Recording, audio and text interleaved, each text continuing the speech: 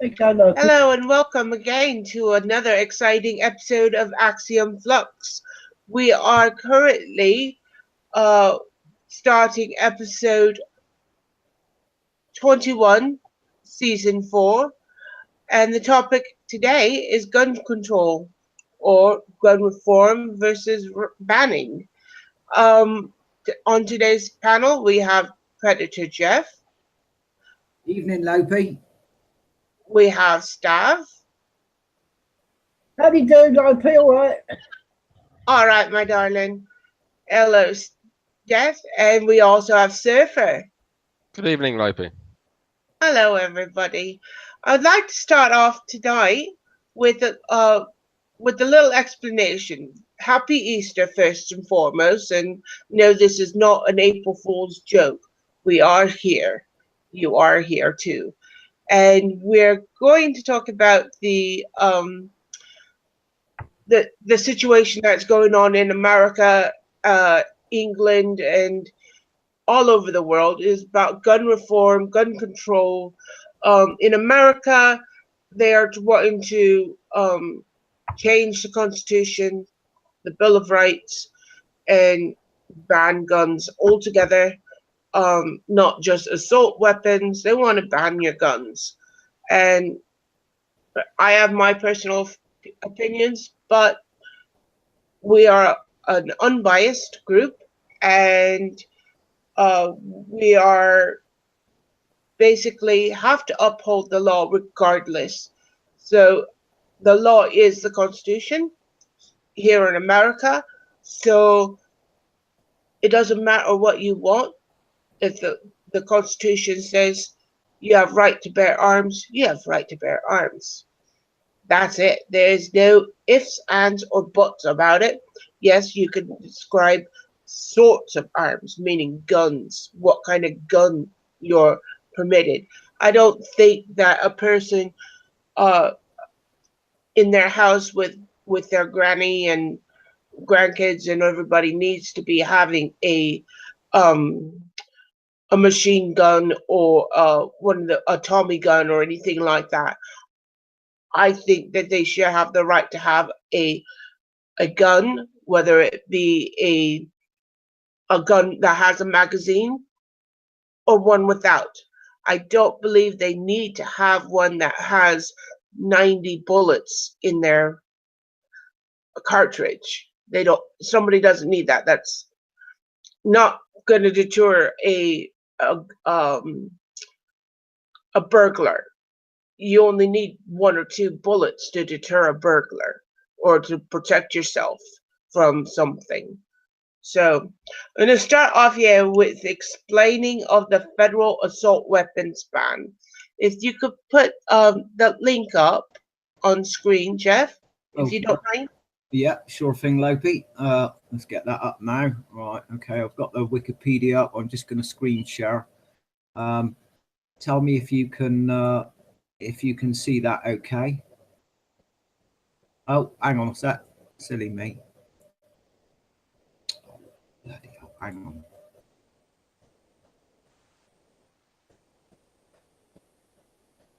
Where's that?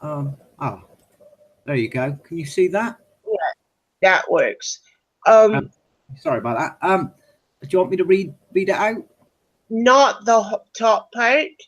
I want you to go to the background. It's on the after that little blue box, and read the background. Okay, background. Right, this is on Wikipedia. It's about the federal assault weapons ban. LOPI wants me to read the background bit, so here we go. Efforts to create restrictions on assault weapons at the federal government level intensified in 1989 after 34 children and a teacher were shot and 5 children killed in Stockton, California, with a semi-automatic AK-47 rifle.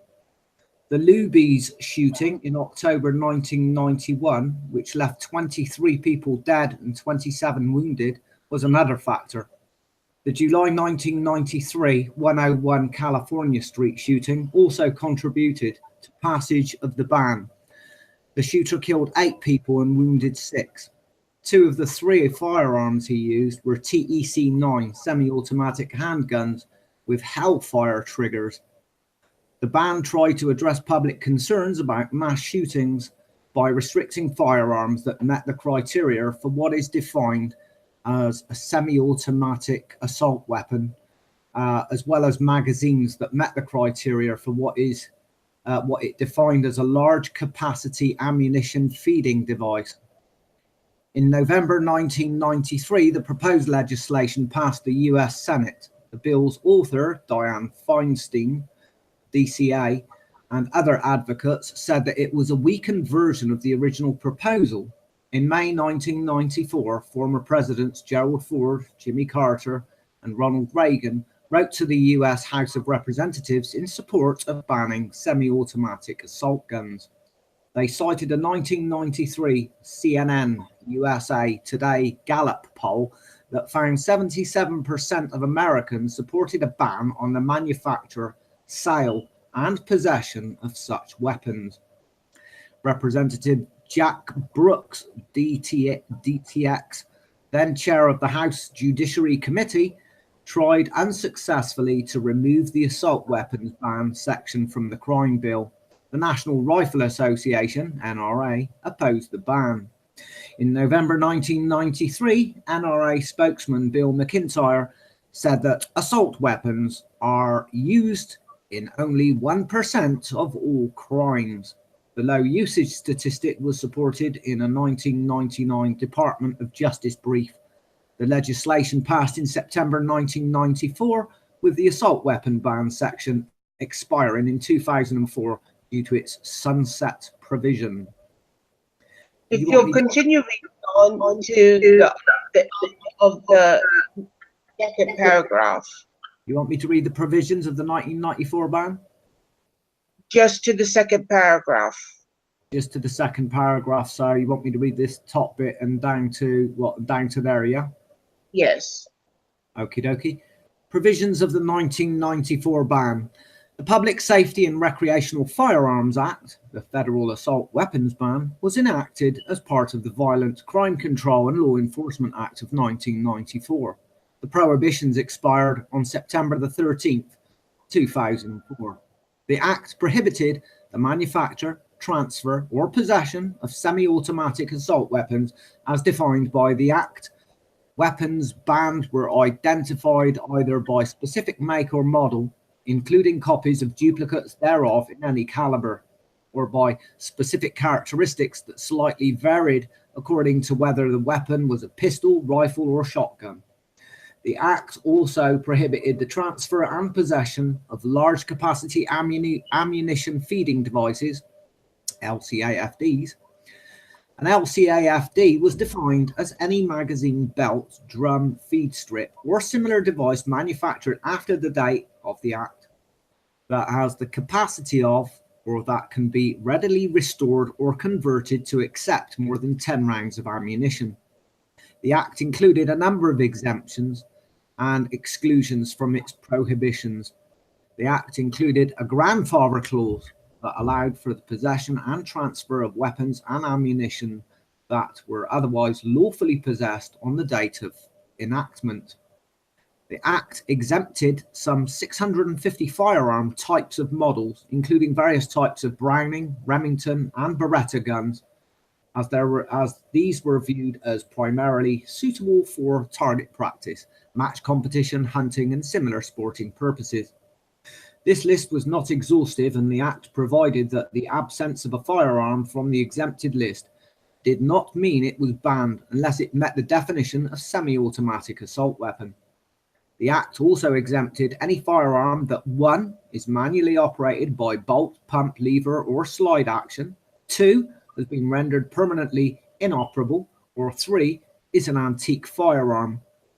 The Act also did not apply to any semi-automatic rifle that cannot accept a detachable magazine that holds more than 5 rounds of ammunition, nor any semi-automatic shotgun that cannot hold more than 5 rounds of ammunition in a fixed or detachable magazine. The Act provided an exemption for the use of semi-automatic assault weapons and LCAFDs to be manufactured for, transferred to, and possessed by law enforcement and for authorized testing or experimentation purposes, as well as transfers for federal security purposes under the Atomic Energy Act and possession by retired law enforcement officers who are not otherwise a prohibited possessor under law. Thank you. Okay. This basically, this is the old semi-automatic, or what you would call it, what an AK-47 is, gun. They wanting to bring that back, but also that banning back, and basically have a addendum to it and ban basically all guns, period. That is what the new I don't know what you call them, leftists, rightists, whatever they are, want now. They want them all gone because they eat vegetables. I don't know. That's what they were saying. That's what I'm getting from a lot of the articles that I read. Stav, did you have anything that you wanted to add to that information? No, you basically covered it quite well. I'm not too familiar with the ins and outs of American gun law and what types of weapons that you're allowed or not allowed, and magazines and munitions. But that's pretty much cleared it up. All I knew was that you weren't allowed full automatic assault rifles or assault rifles that were fully automatic, and you could have some semi-automatics with restrictions. So pretty much cleared that up with that article, LOPI. All right. Your sound is going a little bit wonky. I don't know if you got links up or not. Jeff, will you please post this one up? I'm not going to read the whole thing, but it is the opposite view of what the normal says, what most people are saying these days about banning guns. LOPI, can I just interject? The reason why Yes, love. Yeah, when you're not speaking, mute up because it feeds back via yours. Oh, all right. Sorry. Can you see?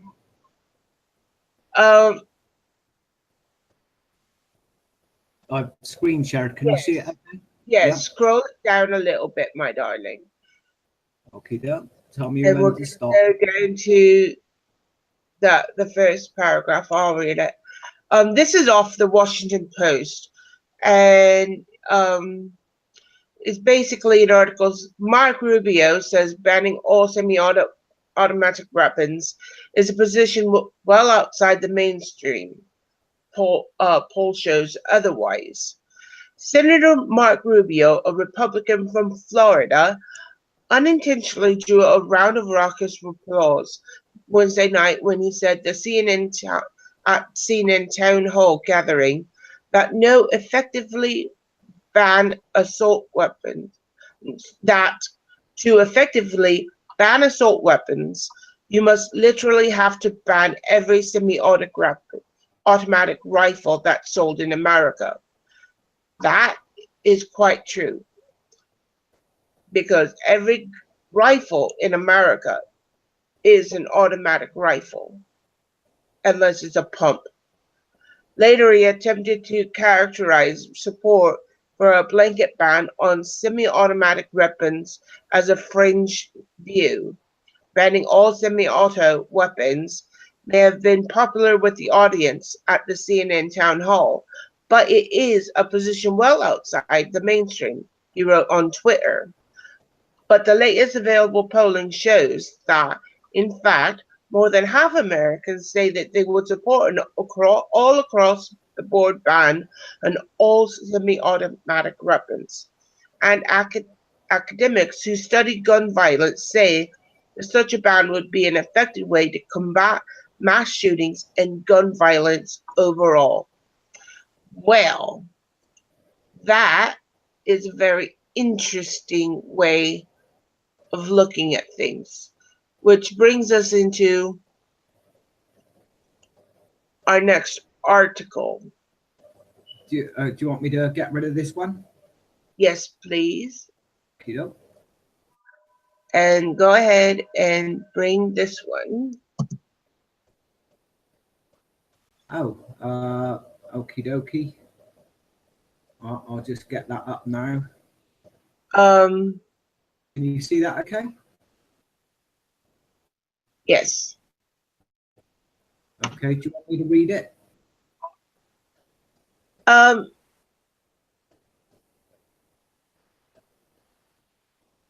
Read the blue bits, not the whole article. What, the bits? The blue bit? No, the blue bit in the blue box in the middle. Blue blocks in the House of Democrats. I don't know which bit. This bit here. Scroll down. Yeah, House Democrat part. Okay. House Democrats have introduced a bill banning semi-automatic firearms in the wake of the February 14th shooting at a high school in Parkland. I believe, is that Florida? Yes. FLA. Okay.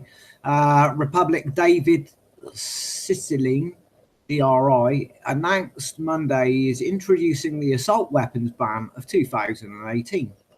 More than 150 Democrats have signed on in support of the legislation. Rep Ted Deutsch, DFLA, said. The bill prohibits the sale, transfer, production and importation of semi-automatic rifles and pistols that can hold a detachable magazine, as well as semi-automatic rifles with a magazine that can hold more than 10 rounds. Additionally, the legislation bans the sale, transfer, production and importation of semi-automatic shotguns with features such as a pistol grip or detachable stock, and ammunition feeding devices that can hold more than 10 rounds. Cicilline's legislation names 205 specific firearms that are prohibited, including the AK-47 and AR-15. Assault weapons were made for one purpose, Cicilline said in a statement.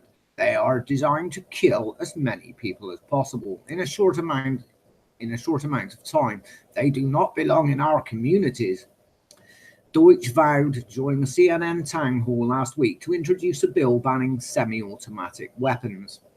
This basically states that any gun you have, it must be of the old times style.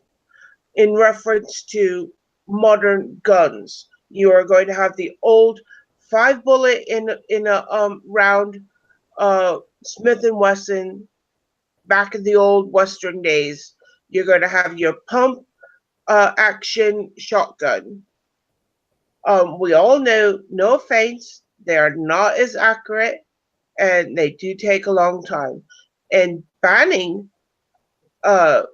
any sort of gun that is holding 10 rounds or more tends to be a modern gun. But we also have to look at people that are basically not your regular homeowners. We have to think about the hunters as well. We ban guns for the homeowners and Joe Schmo down the road. We're banning them on the hunters. So people that are doing hunting and stuff, well, granted, they will have to be skilled more. It would make the hunt even more enjoyable for both the animal and the human, but it would be more restrictive. And when you're out there trying to cull the large amount of deer population because there's too many of them, You don't want to be sat there for 20 minutes with a herd of deer trying to shoot one at a time with a gun that with a hammer on it. It's not going to work well. Or a pump action, not pump iron. Is there anything else you want me to put up while I'm still presenting? Is there any videos you want me to play or any articles? I'm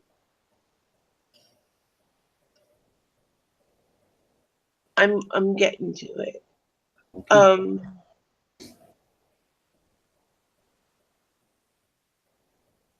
This is when I'm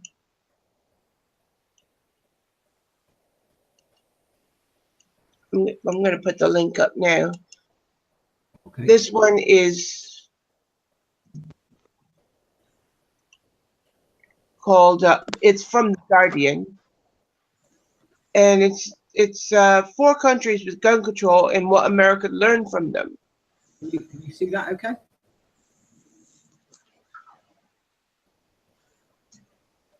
I don't see anything. You don't see anything? Let me just check on screen share in a minute. Okay. There you go. You see it now? Yes. Okay. Do you want me to read this or?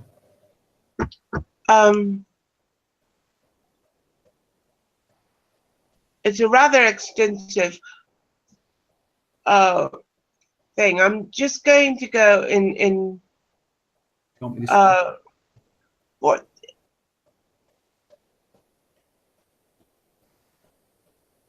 I can read it if you like. It's not a problem. Well, it's rather long, and I don't want to go too much in depth with it. Okay. Because well, I'll read up until when you want me to stop, and just let me know when you want me to stop. Yeah. Okay. 4 countries with gun control and what America could learn from them. The UK, Australia, Japan, and Germany have all taken measures to reduce gun homicides. Can the US learn anything from them? 30 people will be shot dead in America today, on average. It could be more. If it's less, then more will die tomorrow or the next day. The United States gun homicide rate is 25 times higher than other high-income countries, according to a recent study. Americans are divided on whether the country's gun deaths could be reduced through tougher laws on gun ownership. Liberals argue that legal restrictions on gun ownership could save lives. Conservatives say that tougher gun laws would do nothing to change the behavior of violent criminals. Even the 2012 Sandy Hook school shooting that left 20 first graders dead was not enough to convince American lawmakers to pass new gun control laws, with many people seeing the ownership of guns as a crucial check on government tyranny. The country's highest court has ruled that outright bans on civilian ownership of handguns are unconstitutional. After similar mass shootings, other countries have taken more dramatic steps to regulate gun ownership. okay. Oh, sorry. Yeah, go ahead, Lopi. We're gonna skip the UK part. We'll go down to the Japan. Scroll down to Japan. It says here, Japan is what may be the closest any country comes to zero tolerance of gun ownership, a policy that experts say contribute to enviously low rates of gun crime. As of 2011, legal gun ownership stood at 271,000, according to police records in the country of 127 million people. There are 6 reported gun deaths in Japan in 2014, according to National Police Agency. In 2006, just 2 people were killed by gun attacks, which rose to 22 in 2007. In Australia,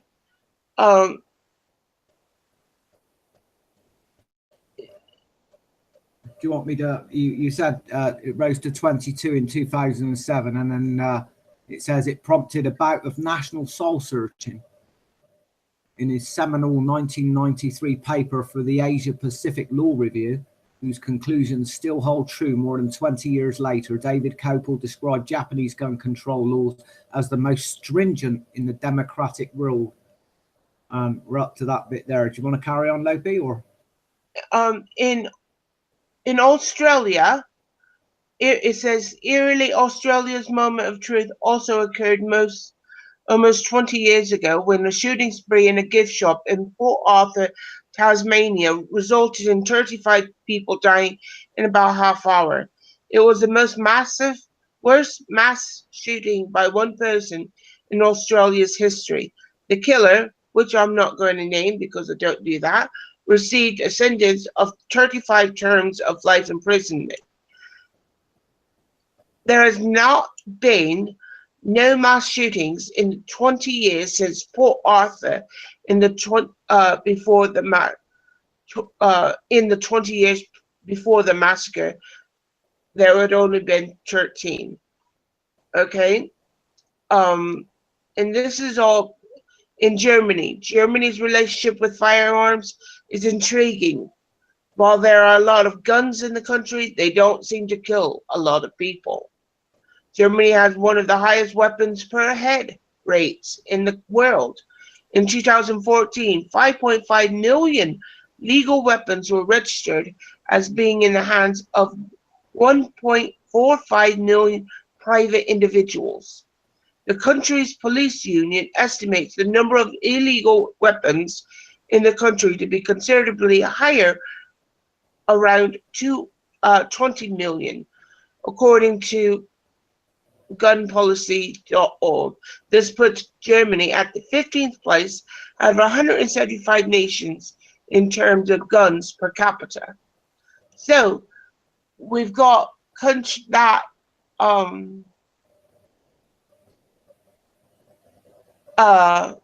we have countries that have lots of guns. We have countries that don't have lots of guns. And it seems that the countries that don't have lots of guns are the ones who's having a lot of problems. Could you put the next link up, please? Okay. Right, is it the Wikipedia one? Yeah. Yeah. Okay. Can you see that okay? Yes. I am going to click on the scroll down, and I'm not going to go and read it all, but the years go from as recent as I believe it was 2014 is the last that this was updated. But this is a list of countries that has deaths, and it's per 100,000. So the number, like here in Argentina, it says 6.93. That's 6.93 100,000 in that sense. It's not 6 people and 6.93 people. I don't know how to explain that, but that's a list of the big countries that have gun control, major gun control, and most everybody has them. Look at Switzerland. Everybody in Switzerland has a gun. Look how many people, how many deaths, homicides total was like 3. That's almost nothing. Sweden, one out of 2 people have a gun in Sweden. It's almost mandated to have a gun in Sweden. The reason I'm bringing this up, we'll go to this one. This link. Oh, do you want me to click this one off, yeah? Yes. Okay. And do you want me to put this bottom I'm going here. Okay. And it's going to show you a graph, a bar graph, right in the center. Okay. Is this the same one? Have I put up the wrong link? You put up the wrong link. Okay, sorry.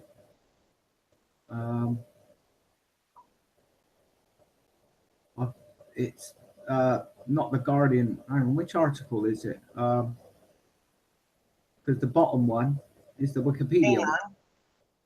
Don't think you've put it in the chat box, Lopi. I didn't do it right, sorry. No worries. My fault.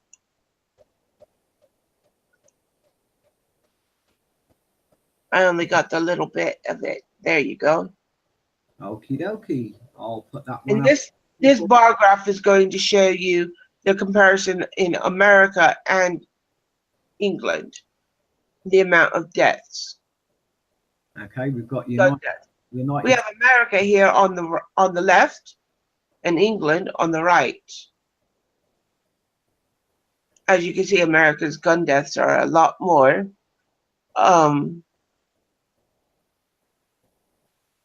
Indeed.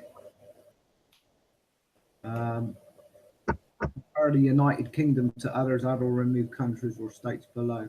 Okay, you can add different. In the United States, the annual deaths resulting from firearms total in 2016 was 36,658.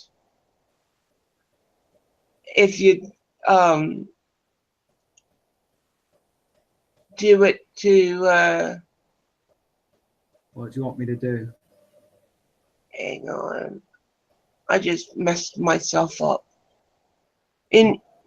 Obviously, this graph is very difficult to deal with. Right. Did you want me to add any countries to that list? Do England. Well, you got the United Kingdom there. Do you want me to do? Yeah, I mean, it's that England and Wales.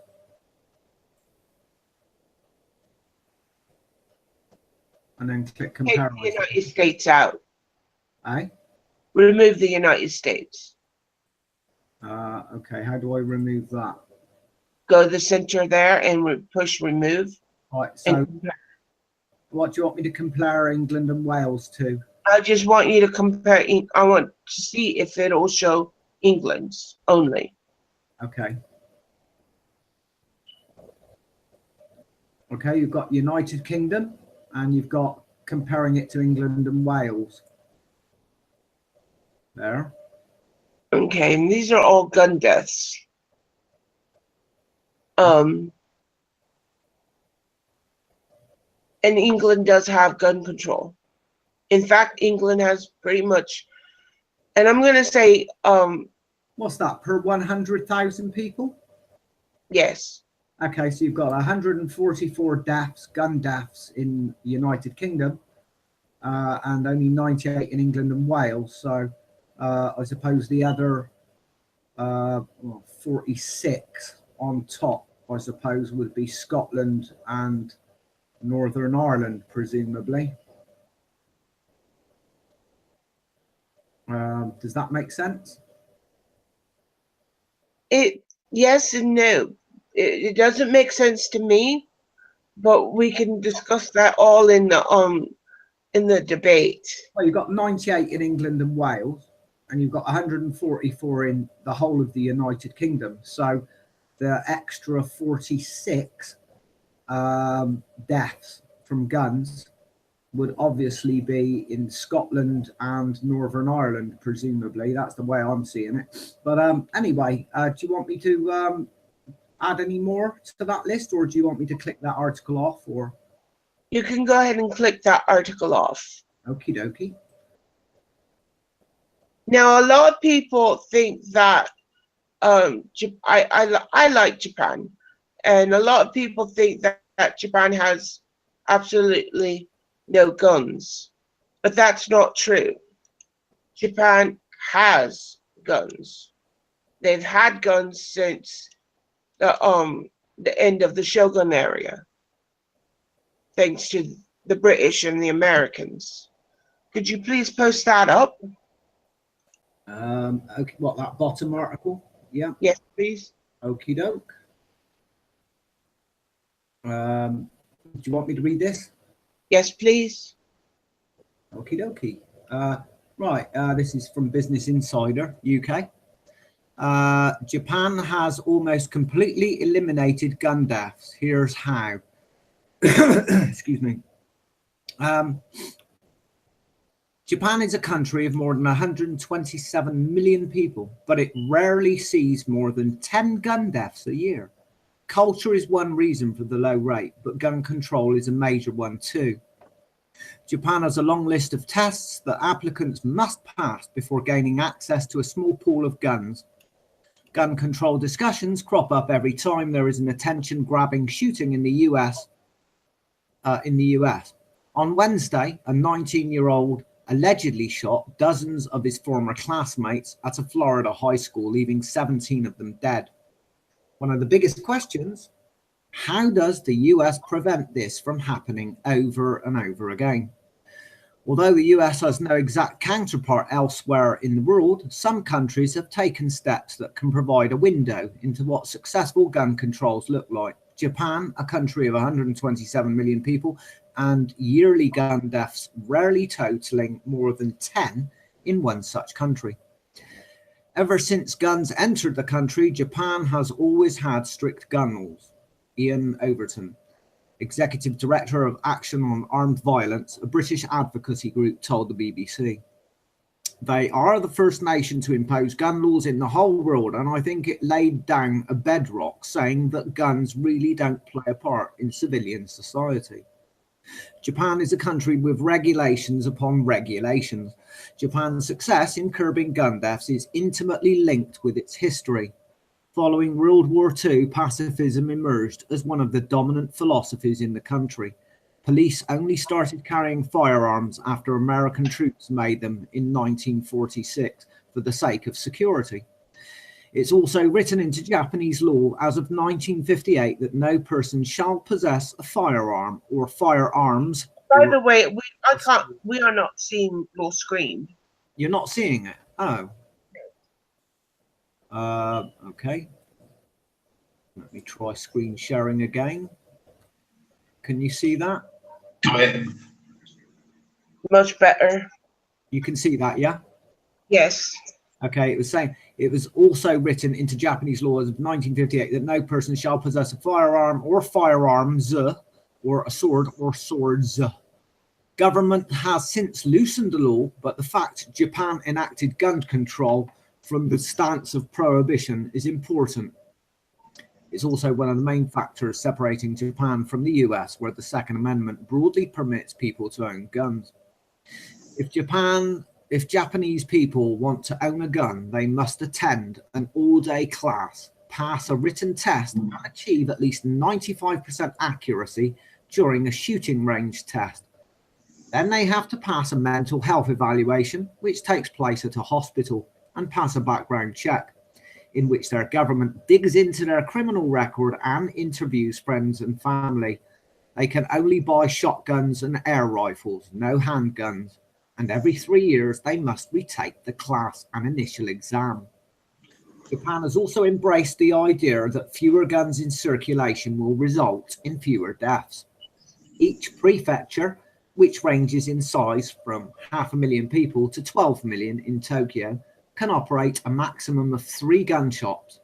New magazines can only be purchased by trading in empty ones, and when gun owners die, their relatives must surrender the deceased members' firearms.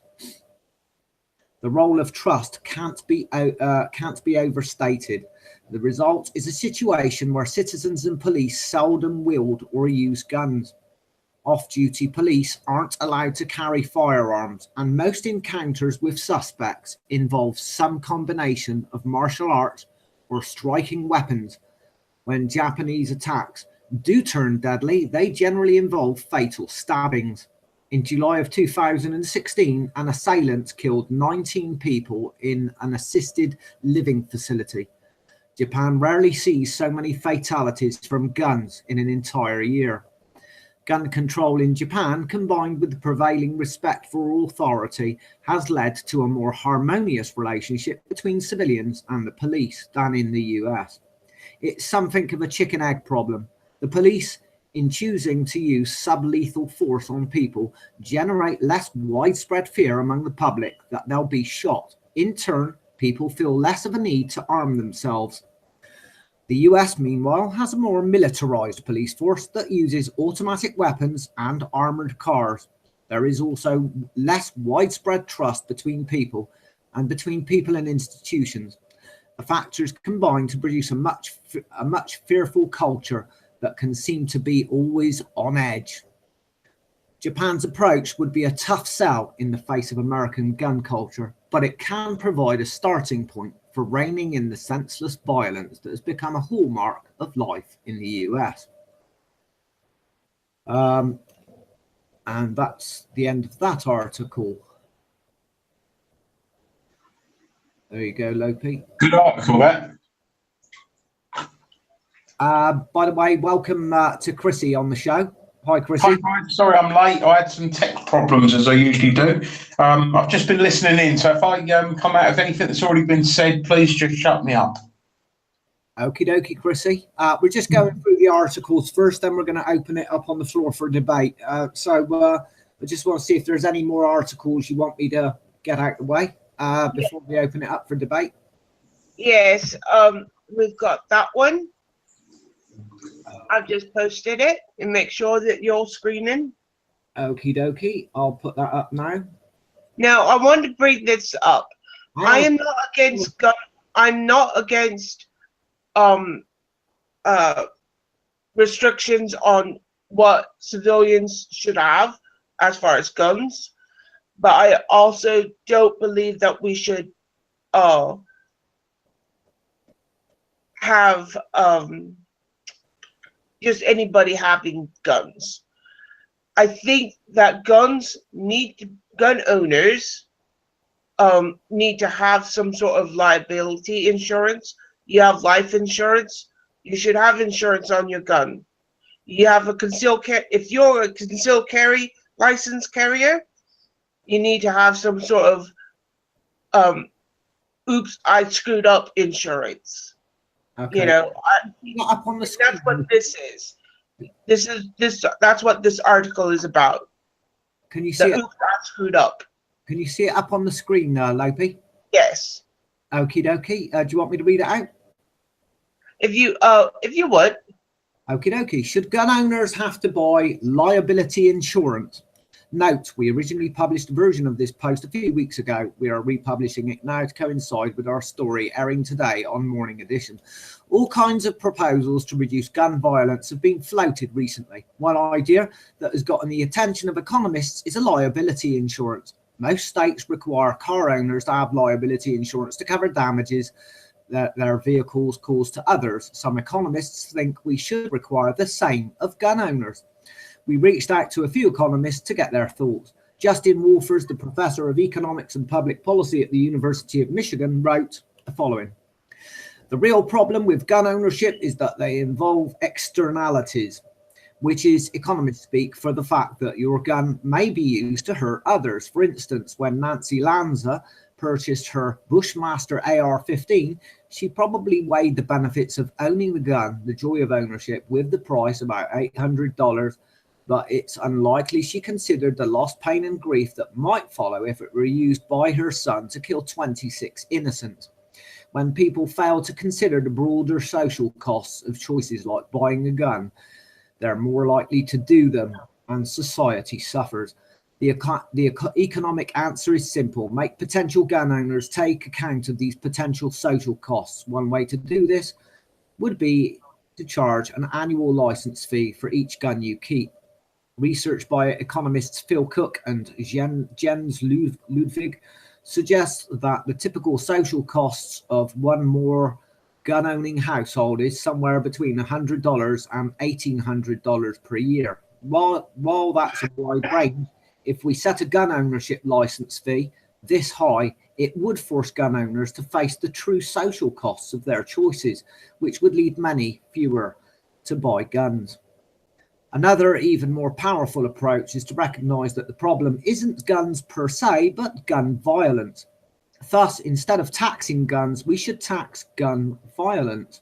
Basically, this is the same as saying that we should make gun owners liable for any damage their guns do. Not only would this discourage some people from buying guns, it would lead those who do keep guns to be more careful with how they're stored. Indeed, greater care would surely have kept Adam Lanza out of his mother's cash. The problem, though, is that Nancy Lanza is neither with us to pay the damages her guns caused, nor could she afford to pay for the enormous damage her gun wrought in Newtown. And so the only way this solution works is if guns required mandatory liability insurance, much as we force car owners to buy insurance for the damage that their machines wreak.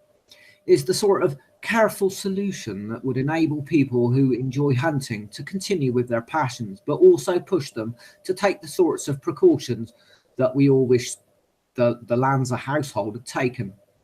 If the gun lobby were smart, and if they really are interested in being socially responsible while keeping their weapons, they would be pushing hard for this sort of policy.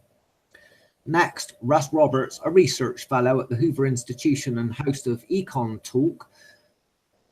Is it a good idea to require gun owners to purchase liability insurance that would cover damages caused by the guns they own? In the wake of the Newtown tragedy, such policies seem like nothing more than common sense. The cost of the insurance would deter some from owning guns, or at least from owning an arsenal, as the cost of insurance would presumably rise with the size of one's collection. And there is certain logic to requiring insurance. When a person purchases a gun, she may not consider the possible harm that might come to others from the eventual use of the gun. Adding the cost of insurance might make the purchaser bear the full cost of the gun in the future, which could easily exceed the purchase itself. After all, registering a car requires insurance on the grounds that cars can cause involuntary harm to others. The insurance forces the driver to bear those costs that might come to pass that are borne by others in an accident. But the logic is not quite as neat as it might appear. Many people already buy and own guns illegally without license or registration. Adding the cost of insurance would further discourage honest gun ownership. That would make matters worse, not better. And is it so obvious that all guns are harmful to others and that gun ownership should be made more expensive to every owner? When an honest, law-abiding citizen uses a gun in self-defense, it often protects those nearby who are unarmed. Perhaps gun ownership should be subsidized for honest people. I don't think this is a good idea, but raising the cost of gun ownership, particularly for good and honest people who are likely to use a gun only in self-defense, is not a free lunch. What is really behind the call for liability insurance is the natural urge to make it harder for people to own guns. Such a law might do some good if it made dishonest and violent people less likely to own guns, but liability insurance makes gun ownership more expensive for honest, law-abiding people, while encouraging dishonest and dangerous people to own guns in ways we cannot see. And Robert Frank, professor of economics at Cornell University, said this: gun ownership, even in the hands of responsible people, increases the risk of death and serious injury to others. In cases involving multiple deaths, few gun owners could afford to compensate victims' families for their losses, just as most automobile owners couldn't afford to compensate the families of accident victims. With automobiles, we require all vehicle owners to carry liability insurance. A similar approach would help with firearms. Nothing in the Constitution grants people the right to expose others to serious risk without compensation. Insurance sellers are skillful at estimating the risks posed by drivers with specific characteristics, and we could expect them to be similarly skillful at assessing the risks posed by gun owners. Requiring liability insurance isn't a total solution to the problem of excessive risk, either for autos or for guns, but in both cases, it's a positive step. There you go. That's the end of that article. All right. Now I've been talking about basically about how bad guns are and everything, and how we need to control what is available to the public, civilian public, and I'm just going to say civilian. And I don't want people to be discouraged that and think that, oh, she's anti-gun, blah blah blah. I'm not. Personally, I'm trying to stay quite as unbiased as possible. So if you could post this link up, show that. I'll read it. Can I just quickly say that whatever snake in a suit insurance guy come up with that idea about, you know, getting their few dollars in on the back of something as serious as this, he must have been quicker than bloody Doc Holliday or Billy the Kid, you know what I mean? Because he was straight in there looking to make a buck, you know, in insurance out of people. Wow, that's quick, man. That's quicker than any fast draw cowboy I ever seen. That's a good point, Chrissy. We're going to open it up for debate after we've shared all the articles anyway, so hold those thoughts, Chrissy, and we'll do, mate. We'll be back with you shortly. Can you see this article okay? Is it up on the screen? Okay, do you want me to read this, or do you want me to play it? I'll read it. 3 would-be robbers were shot at and killed Monday when in Oklahoma. This is from New York Post, and it was a recent post. Homeowner's son kills 3 would-be burglars with AR-15. 3 would-be robbers were shot and killed Monday when an Oklahoma homeowner's son opened fire on them with an AR-15, authorities said. Wagner County Sheriff's deputies were called to the home of Broken Arrow, southeast Tulsa, around 12:30 p.m. local time. When they arrived, they found 3 dead suspects and 2 uninjured residents. Sheriff spokesman Deputy Nick Mahoney said that the suspects entered the home through a glass back door with the intent to burglarize it. It was not immediately clear why they picked that home. Mahoney said the suspects encountered the homeowner's 19-year-old son, who opened fire after an exchange of words. 2 of the suspects died in the home kitchen, while the 3rd was found in the driveway. It was not immediately clear whether the suspects were armed, but Mahoney said the preliminary investigation indicated the shootings were in self-defense. The homeowner's sons volunteered to give a statement at the sheriff's office. This is very unusual for us in Wagner County, Mahoney told the Tulsa World. It's not something we're used to. There is an example of good ownership and reason to have a gun. A 19-year-old boy who probably did not have a license, that played a lot of video games, was well enough to be able to shoot the gun good enough to protect his family's property. That is the point of having a gun in your home. That is the point to have. Can I be the devil's advocate on that one, Lopi, mate? Firing a couple of shots in the air might have done the same job of, protecting him and his property. Yes, I'm not saying we were not. Some guys, sort of like didn't deserve what they got, because they must have had it in their head that, if they get caught and someone's got a gun, they might get shot at.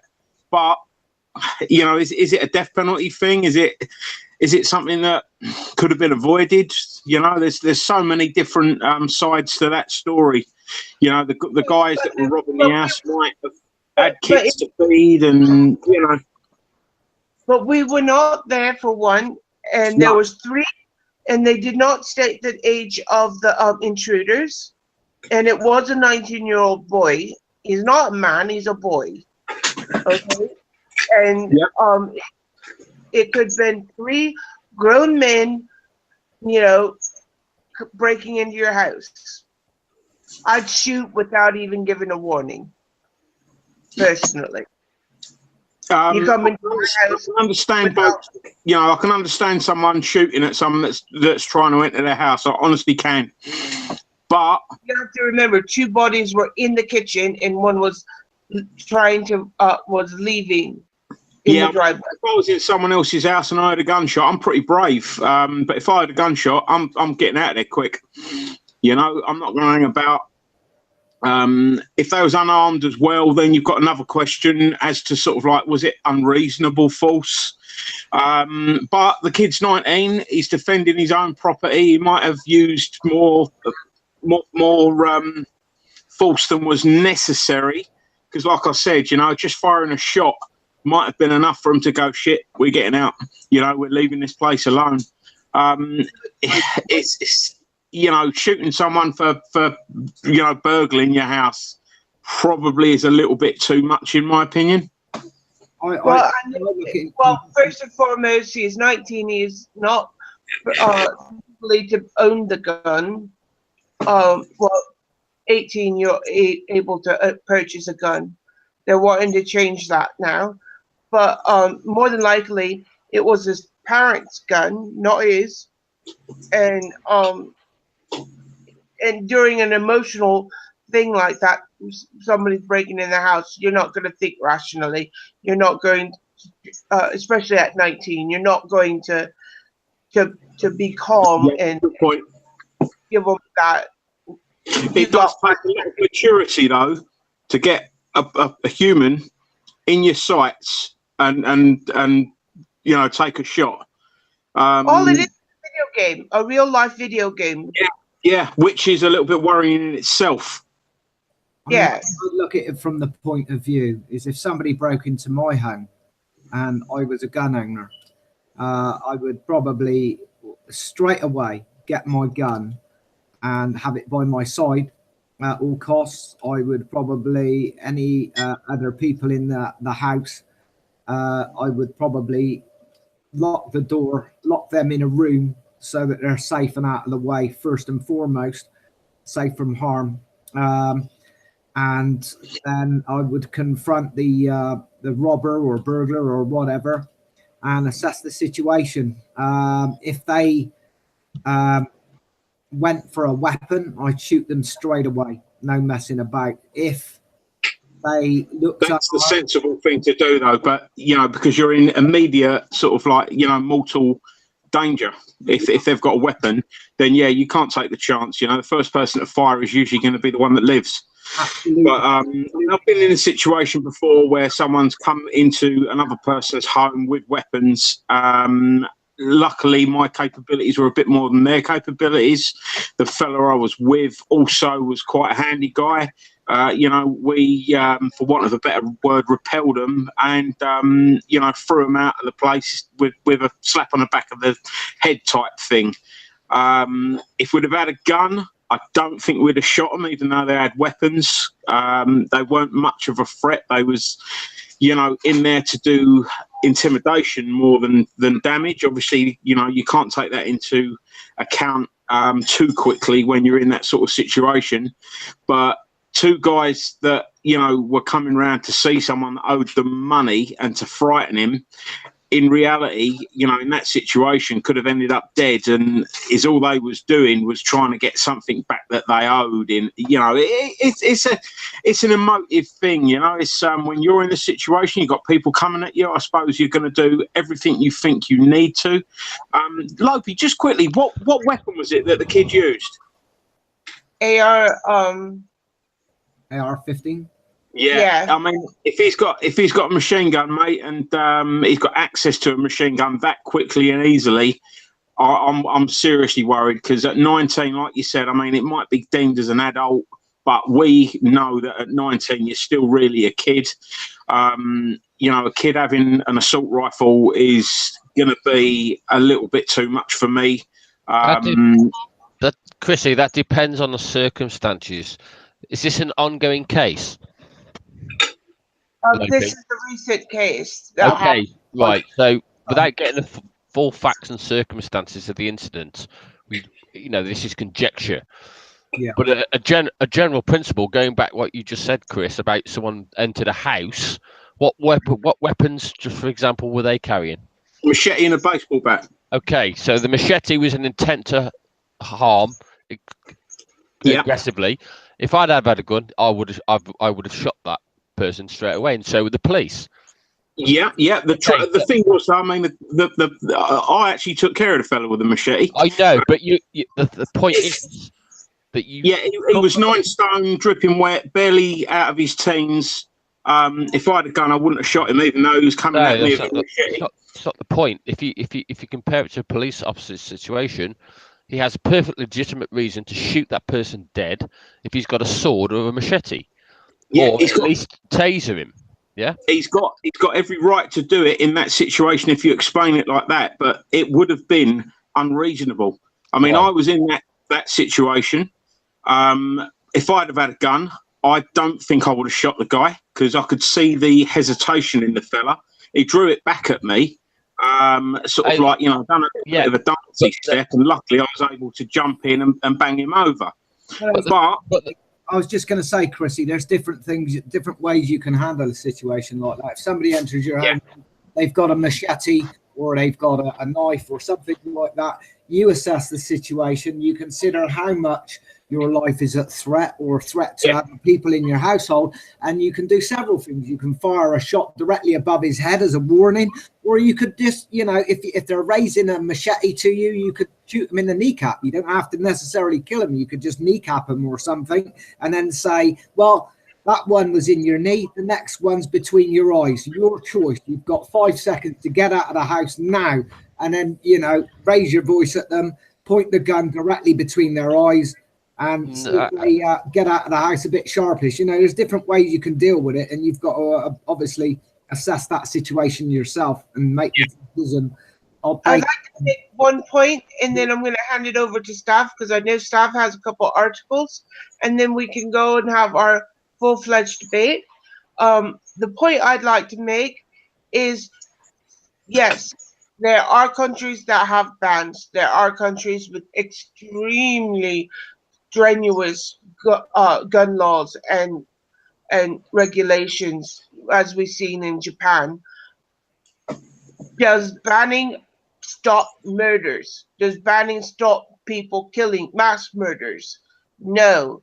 Banning firearms, and I'm saying firearms because when you ban one gun, it leaves the door open to banning all of them. Especially here in America, we've seen the same situation in England. When you open the door a little bit for one thing, everything else floods in. Now, if you ban a gun from the people, it does not stop criminals from getting them. It does not stop anybody else that has evil in their mind from getting, killing somebody. So you're only banning it from good people. You're only restricting it from good people. Okay? It doesn't stop the murders and I'm going to eliminate the criminals from this next statement. It doesn't stop mass murders, because mass murders, there are just as much or even more murders from stabbing, drug overdose, poisoning, hanging. People can kill people using any form. You can kill a person with an icicle. Correct.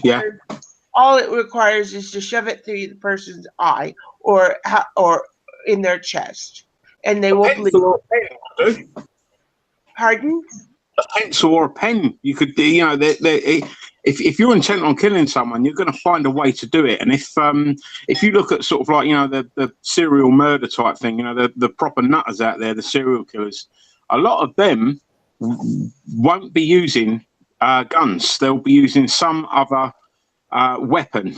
It's guns are more a mass killing thing. Guns are noisy. They're easily caught. You know, even if you have a silencer, it's still noisy. You know, my personal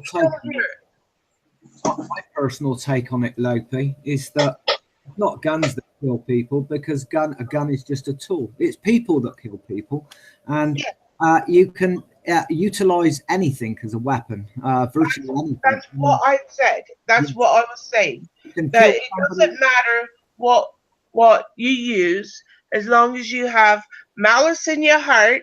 Yeah, you are going to accomplish it. So banning guns, regulating guns, limiting guns is only going to hurt the good people who don't want to basically hurt somebody. The ones that are paying the license, who are willing to get the insurance, who's willing to do all this crazy tests over and over, psychologicals, all that. They're willing to do that. That's the people that you're hurting. You're not hurting the criminal minded, because they'll, like we said, they will use anything and everything. You can kill somebody with a 2x4, all right? A rock. We see it all over. You know, if you've got it in your heart, you don't need a gun. Granted, that's my point. And I'm going to hand it over to Stav. Stav, you had a couple things you wanted to share with us. Are you there? Yeah, hopefully you can hear me. Can you hear me? Yes, my love.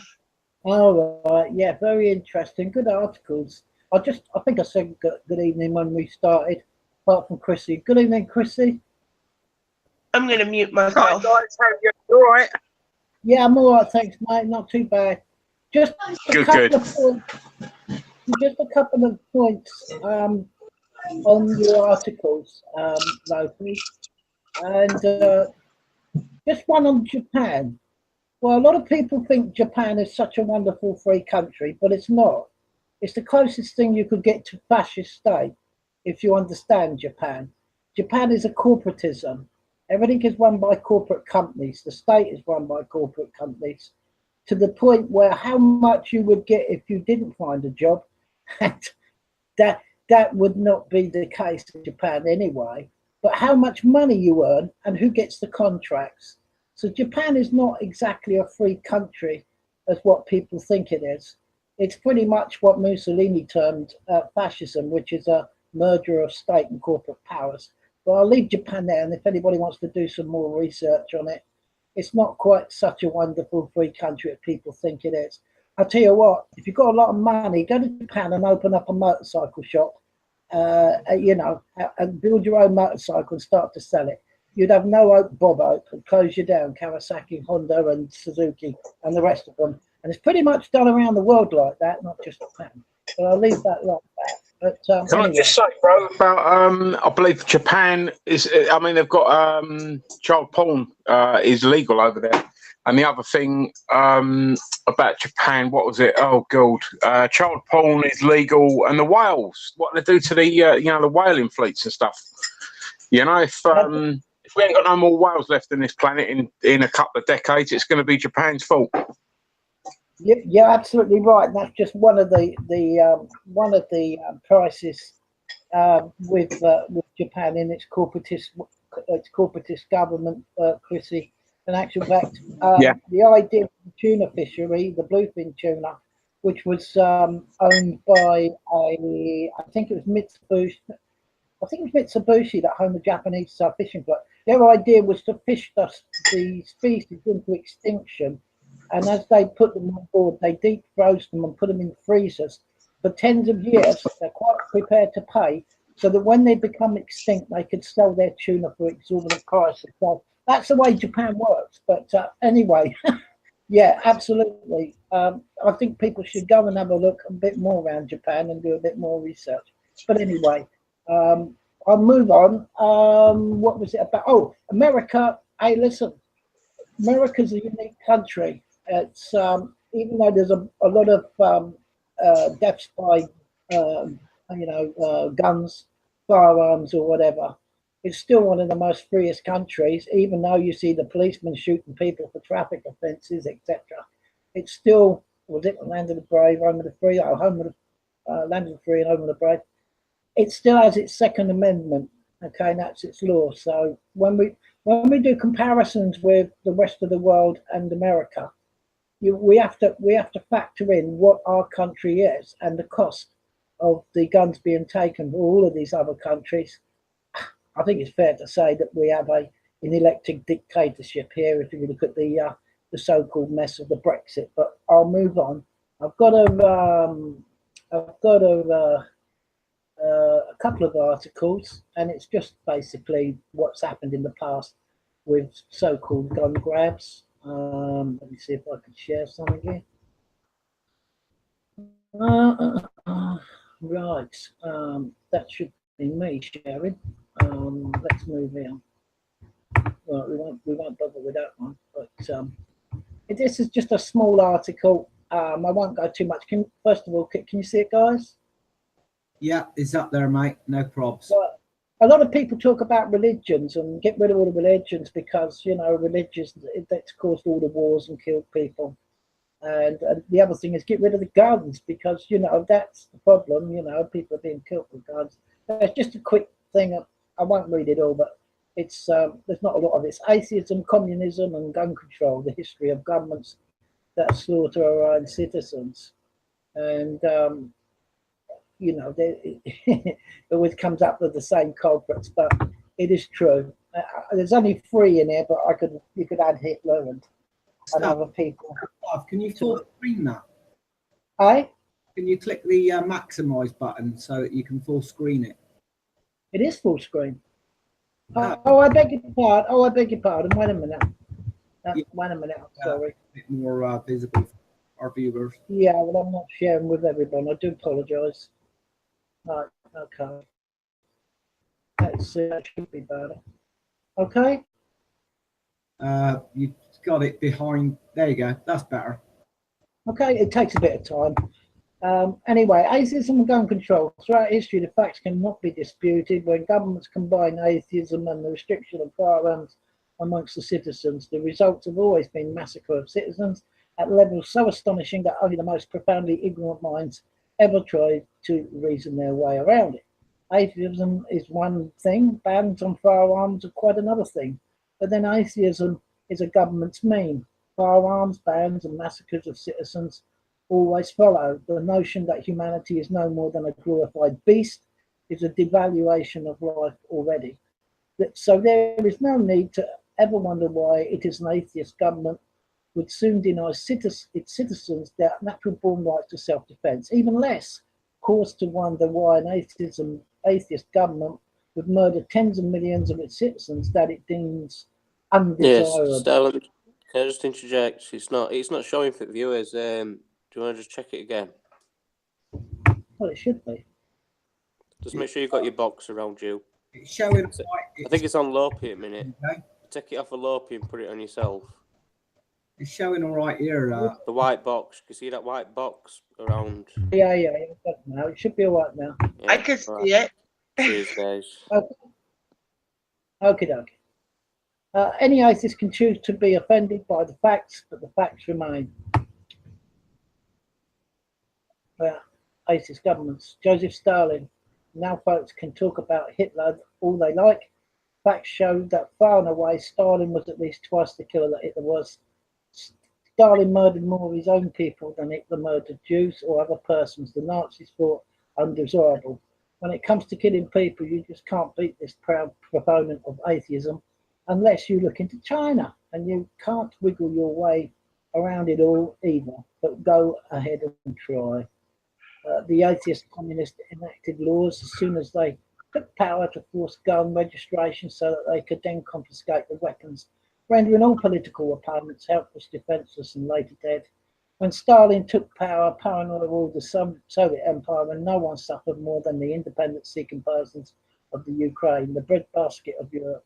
Stalin, of course, took everything they had and murdered around 20 million in the Ukraine alone via forced death labour, starvation, and firing squads. They had nothing to defend themselves with. The best estimates concerning the total number of persons murdered or stolen is around 40 million unarmed souls. The communists had been trained that mankind were no more than glorified apes, and that the state more important than the lives of huge numbers of individuals. That's Stalin. And of course, we got Mao, not one of LOPI's favourites, Chairman Mao. There were no precise figures for how many murders Mao Zedong is directly responsible for forced confiscation of food during the Great Leap Forward, but the atheist communist starved to death at least 20 million persons by refusing to change its inhuman policies. Perhaps the starvation was in fact his plan, but that is merely starvation when the barrel of a gun is your source of power and all opposition disarmed and absolute power corrupts. Absolutely. It goes on to say, most scholars are reluctant to estimate a total number of unarmed deaths in China. Mao evidence shows he was in some way responsible for at least 40 million deaths and perhaps 80 million or more. This includes deaths he was directly responsible for and deaths resulting from disastrous policies he refused to change. One government document that's been internally circulated, former Communist Party official principally says 80 million people died of natural deaths, most of them in the famine following the Great Leap Forward. This figure comes from the System Reform Institute. Zhao Zhang, the deposed Communist Party chief, 1980s. Anyway, Great Leap Forward. There it is. You can read the rest of it. I'll pop down a bit more. Just so that everybody in the world knows, Chairman Mao is not my favorite person. No, just give you a quick resume of Pol Pot. Atheist Pol Pot was regarded big fan of Mao. Actually, telling a lot now, he probably thought himself a god, regardless of what Pol Pot thought of himself. He definitely considered the people in his nation a mere beasts, and with denial of higher authority or accountability, he confiscated their weapons as soon as he took power and set about to murder about 20% of Cambodia's population. During its time in power, he imposed agrarian socialism. Wow. Forcing urban dwellers to relocate to the countryside to work in collective farms, forced labour projects. The combined effects of forced labour, malnutrition, poor medical care and executions resulted in deaths of approximately 21% of the Cambodian population in an estimated 1.7 to 2.5 million people out of a population of slightly over 8 million died as a result of the policies of his 3 years premiership. Not bad for an atheist leader. He destroyed a high percentage of his godless population, either Stalin or Mao, in his killing films. What a film. I think, if you can watch The Killing Fields. Conclusion, atheism and gun control equals mass murder. There we are, we'll leave that there. And I'll have links to this, and I've got just one more because we're getting on a bit in time. This is a Breitbart article. Yeah, people say, well, that's American right-wing nationalist paper. It's just a paper, it's just an article. And it's actually about over here, which is not the other way around. But, excuse me, I'm just having a cup of water. MP's son shot dead in Sadiq Khan's gun-free London. 10 dead in 12 days. The son of a Nigerian politician has been shot dead outside his home in London over the weekend, becoming the 10th murdered victim of the gun-free city's violent crime wave in 12 days. Abraham Badru, 26, was a university graduate, charity volunteer, and recipient of the Police Bravery Award as a teenager for rescuing a woman from a sex attack. His father, Dolapo Badru, 62, is a member of the Nigerian House of Representatives. Nigeria's equivalent to an MP in the House of Commons. The young man was shot at close range where he lived in Dalston, near Acme in East London. His mother arrived at the scene and collapsed on the ground in tears as her son died beside her, the Times reports. So far this year, 19 men under the age of 25 have been murdered in London, 3 of them in Hackney. Under left-wing mayor Sadiq Khan, the capital has seen the sharpest crime in the country, rocketing by a massive 38% in just 1 year. And despite guns being, for all intents and purposes, outlawed, firearms attacks are also surging, with 2,551 incidents last year, representing a rise of 16.3% on the previous 12 months. Excuse me. Witnesses to the killing of Mr. Badger said they heard gunshots shortly after he stepped out of his car. As soon as I heard the bang, I knew it was a gunshot. I'm ex-military and knew that couldn't be a firework, said the neighbour. I went to my balcony and saw a man slumped over in the ground at the back of the car. There was just one shot and a cry of pain. No one no speeding scooter and no speeding car. I didn't see anyone make off. Speaking to the Times, friend Luther Washington insisted the killing was premeditated by someone jealous of Mr. Badger's wealth. It wasn't gangs because Abraham was caught up in that. He wasn't caught up in that. He said he's not gang affiliated and was a responsible guy. It wasn't drugs either. When he went out, he wouldn't even smoke a cigarette.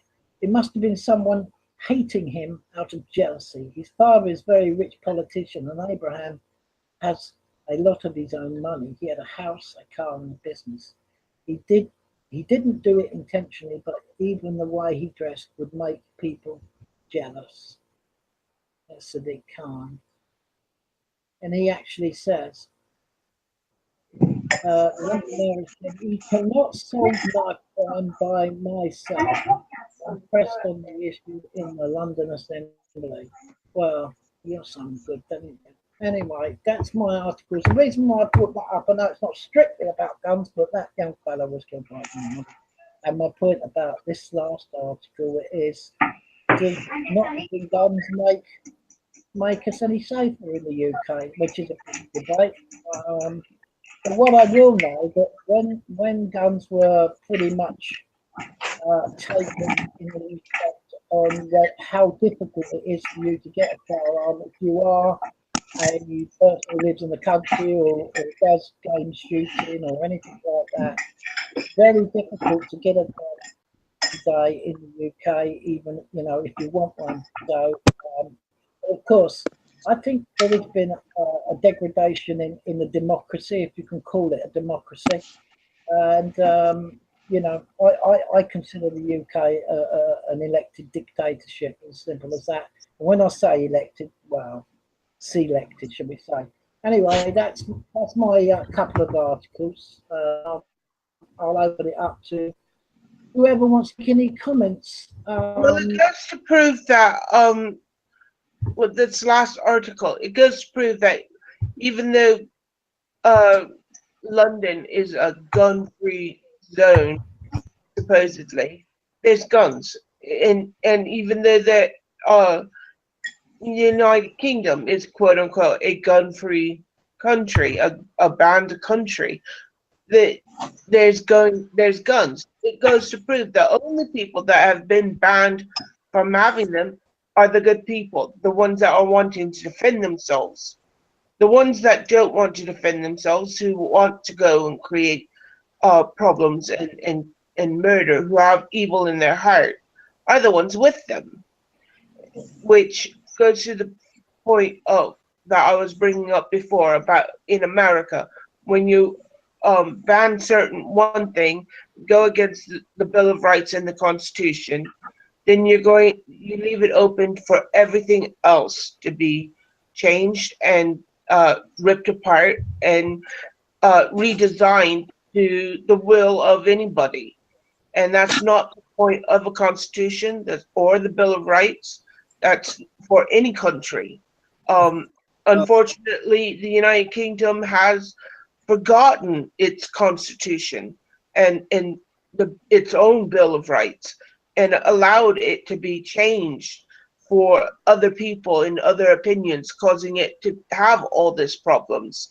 I think it's an appropriate time to mention also, Lopi, that I seen an article earlier on, something about homicides are officially now higher in London than New York. Yeah. New York. Yeah, I don't know if whether I got that quite right, but mate, I see that well. Sorry to cut in. I've been a lifetime fighter. I started off in martial arts, went to boxing. I've got my own gym. I see a lot of kids with a lot of anger problems and a lot of conflict as well. I've also got quite an extensive security background, so I see it from that point as well.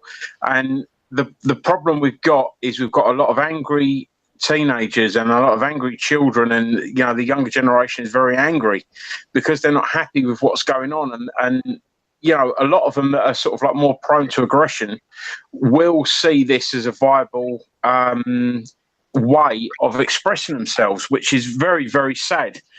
I mean, in my hometown, which is a very, very sleepy little village type place, it's not massive, it's got a lot of older people in it. We've had quite a few stabbings. I mean, I've been stabbed myself. I've worked in security for years and years. It's one of the things you should expect. And every year or so I always try to put on a knife awareness course. And when I've done any knife awareness stuff with the community, I've received absolutely no help from the local police, from the local council, from anyone. And I can show you all the stuff that's going on around here. LOPI, do you obviously know who Cookie Monster is, the Sesame Street character? Oh yeah, I love the cookies. In Essex, we have a Cookie Monster clone. He looks exactly like Cookie Monster, and he says only cowards carry. Now, having a Cookie Monster saying only cowards carry to try and appeal to mid to late teenagers not to carry knives and weapons is absolutely insulting. What 15 to 19-year-old will listen to a kid's Cookie Monster type character saying only cowards carry when they're seeing paramilitary police walk around with koshes, with tasers, with gas, with firearms? Well, they're not targeting 15-year-olds. They're targeting the younger ones. They're targeting the 2- and 3-year-olds. If you get the children at that young age to start noticing the Cookie Monster, instead of him eating cookies, going cookie, and telling them don't carry a gun, they're going to remember that when they're older. And they're kind of silent brainwashing. Some rap music, mate. They'll see the older children that they look up to saying, yeah, I've got a blade, and they won't remember anything about Cookie Monster, and they'll laugh at it. They'll actually see it as a yeah, I agree. But the Cookie Monster is talking about, mostly like firearms, isn't he? Well, I mean, the Cookie Monster character, to try and sort of like say only cowards carry, will be laughed at by the 15 to 19-year-olds that I know that carry knives. And I deal with probably more of them than, the average copper will deal with, because they are completely disenfranchised. The police are to these, to these youngsters that want to carry a knife and that think it's cool to carry a knife. I'm in a good position because, and I've tried to sort of like, speak to the police and crime commissioner and the coppers around here, because every kid I know has respect for a fighter. And I was a good boxer. I won a few unlicensed boxing titles and kickboxing titles and stuff like that. When I speak to a kid can look at me and can sort of like see that I can have a little bit of a fight and has respect for me, probably for the wrong reasons, but I've got that insight to them. Now, what society is pushing right now is that you have, you look at these Cookie Monster characters and they will point the way, and that is not what teenagers will see. Teenagers want strong role models that can give them the correct advice. But I just despair now, because it's almost as if the right people are not going to be allowed to speak to the youngsters that they will look up to. And I you know, trying to get help from, and I do all my knife awareness stuff completely free. I do it completely for nothing because I think it's the right way to go. And the way I do it is I'll give them a red marker pen and tell them to wear a white T-shirt. And I say to them, right, no matter how tough you are, try and stop someone from putting a red mark on your T-shirt that could kill you and might kill you. And then tell me that it's a good idea to hang around with anyone that's got a knife. Basically, that you know, it's not about knife defense, it's about awareness. And I try and get them to, you know, to realize that anyone they think has got a knife, might have a knife, or could carry a knife is probably someone they don't need to be around and shouldn't be around, because ultimately that's where the problem lies. You're very good. That's very good. And I wish that your community and other communities would actually sit and allow you and support you in that. I fully support you. I think that would be wonderful, because it makes a valid point. You know, the T-shirt and the pen, that makes a very valid point. It makes it. I would rather people realize that, especially at a young age, that a gun is a permanent thing. Yeah. It's not just, you're not just possibly killing a person, you're going to prison. Well, yeah. For a lot longer time than you would. And you're putting a sentence on the person and the family that is affected by that forever. You know, that temporary ego boost, because that is what I think a lot of it is about. It, you know, has got life-changing consequences. I've not got a lot of time, guys. Can I just quickly say a little bit, because I've got quite an extensive security background, and a lot of my time was spent with ex-military guys from all sorts of different countries, and I always remember sitting with a fella from the United States who a lot of people didn't like and couldn't get on with, and as the security manager at the time, I was the bloke that was doubled up with him, because everyone else complained about him because they didn't understand him. You know, they found him a little bit aloof. They thought that he was a little bit too nationalist and stuff like that. So as the security manager, I said, right, guys, look, I'll do the shift work with this guy. You know, spending 12 hours with someone with nothing to do is, you know, quite a experience in itself, especially if you don't share their views. But I spent a lot of time. This guy was an ex-soldier from America. And I had other guys on there that was from different countries, spent a lot of time with them. And we spent all these hours together waiting for our radios to go off to tell us to go somewhere. And in all the hours and hours that I spent with these guys waiting for security calls on that radio, I probably got a dozen. And, you know, most of the 12-hour shifts that I'd done with these guys were spent talking with them. And this American guy, I got talking to him about gun control. And he asked me if I knew why the American public, the citizens of America, were allowed to bear arms.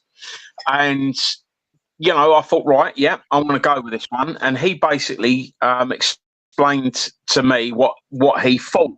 Now, my initial view was that Americans are allowed to, have a right to bear arms because they feared tyranny, which is so far up my street you wouldn't believe. You know, he said to me that the reason Americans are allowed to bear arms is to stop any hostile acts from government, any coppers taking liberties. You know, they would have to think twice before they took your liberties away because you had guns, which I knew at the time. I didn't fully understand, but I can completely go with. And the other thing that he said to me, which was completely new to me at the time, was he said to me that the biggest standing army in the world is the American people. Now, he was ultra patriotic. He absolutely adored the United States of America, and I can't blame him for that. I'd love to be the way he was, but that's just not my thing. And he said to me that the American army is out fighting everyone to keep America safe.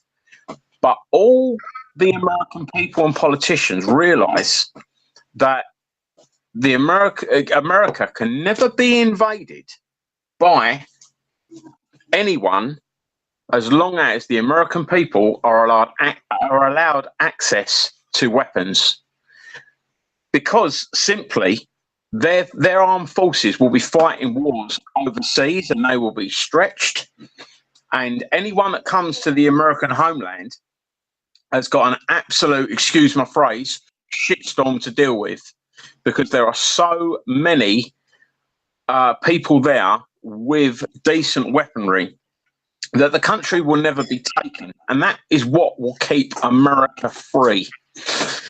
He also said to me that there are places in America where if you walk and you are not deemed to be dressed as a local and you are seen as a stranger, you'll be shot, just because America is so paranoid that every other country wants to knock it off the top spot of the most powerful country in the world. Places in Arizona, places in New Mexico, places in Texas. Those are the places that you are talking about.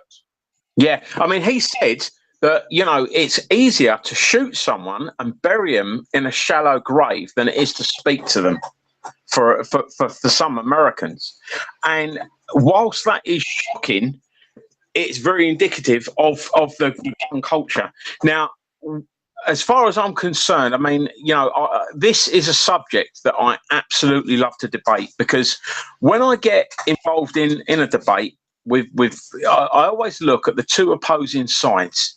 And as a family man, as a father of 3 kids, if I'd had one of my children shot in America in a mass shooting, or it just generally killed by weapons, I would be screaming for gun control. I would be screaming for gun control. But if I hadn't, I would be saying to everyone, I'll give up my gun when you give up yours, because I'm not going to be the last person in the room that hasn't got the authority of a weapon.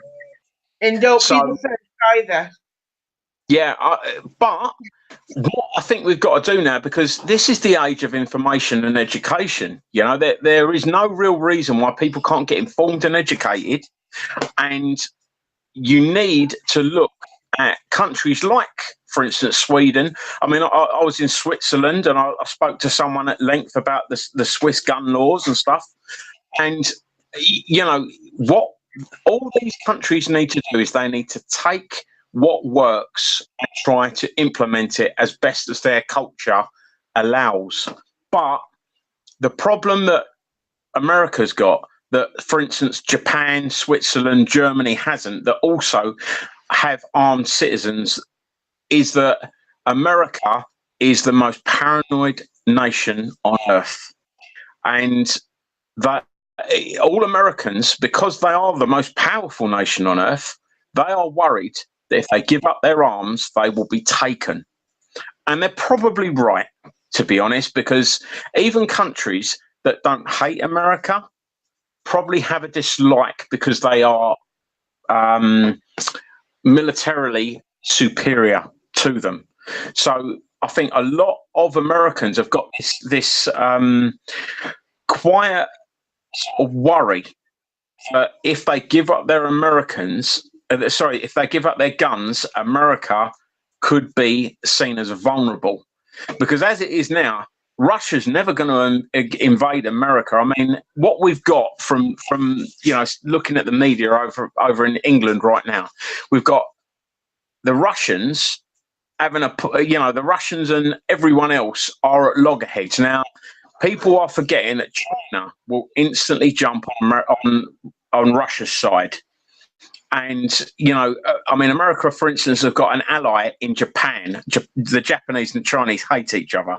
But Japan cannot take on China, even with America's help, because then you've got the Koreas to, you know, to deal with. And, you know, you've got a lot to think about. The American military will be very, very stretched if everyone turned on them, or if enough people turned on them. So what the people of America look at, they say, hang on a minute, we are, you know, under threat. We need our guns. We've got to keep our guns. And for that reason, I sort of make them right. The thing is, though, if I was an American and one of my family died due to, you know, a gun crime, I'd instantly be jumping on the bandwagon saying ban all guns. But there are so many variables that you need to take into account. Yes, quite right. I'm going to go ahead and open up the forum for everybody to go ahead and say what they want and have a open debate. If anybody wants to say anything in reference to gun control, banning, or anything that we've been talking about tonight. Yeah, I just like to jump in quickly with CHRISY about his hard work, and you deserve a lot more than what you've got from the system, the way that you've worked hard, CHRISY, and tried to make the difference with the Thank you, mate. And everything. Yeah, well, I fully appreciate that, and it comes from the heart, man. You know, so that's all good. Yeah, I mean, I've got a video recording somewhere of I got a phone call. I asked for the local town hall to be used as the venue for the free knife awareness course. And I mean, you know, I've got extensive security background. I've actually been stabbed. I've had a few people pull knives on me. Luckily, I've always come off better.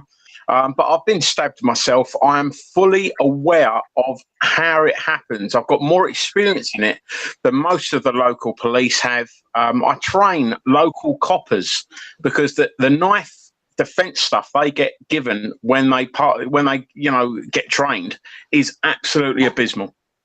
And you know, I put in a call to, and I've done this 2 or 3 times now. I call the local police and say, guys, I know you can't come along as a police officer, but I'm going to have a dozen kids there that you can positively contact. You know, you can positively engage with. The council want to charge me £100 to rent out a room that I already own because the council building is my building. Yeah. They get shitty with me when I say, but I'm doing a service for the community. You know, and I'll even invite the local charities along, but they just don't seem to want to engage at all. And you know, I deal at my little boxing gym because I don't run my gym for money. I run my gym because I love, you know, the sport, and I love helping the community, and it's very rewarding in other ways other than money.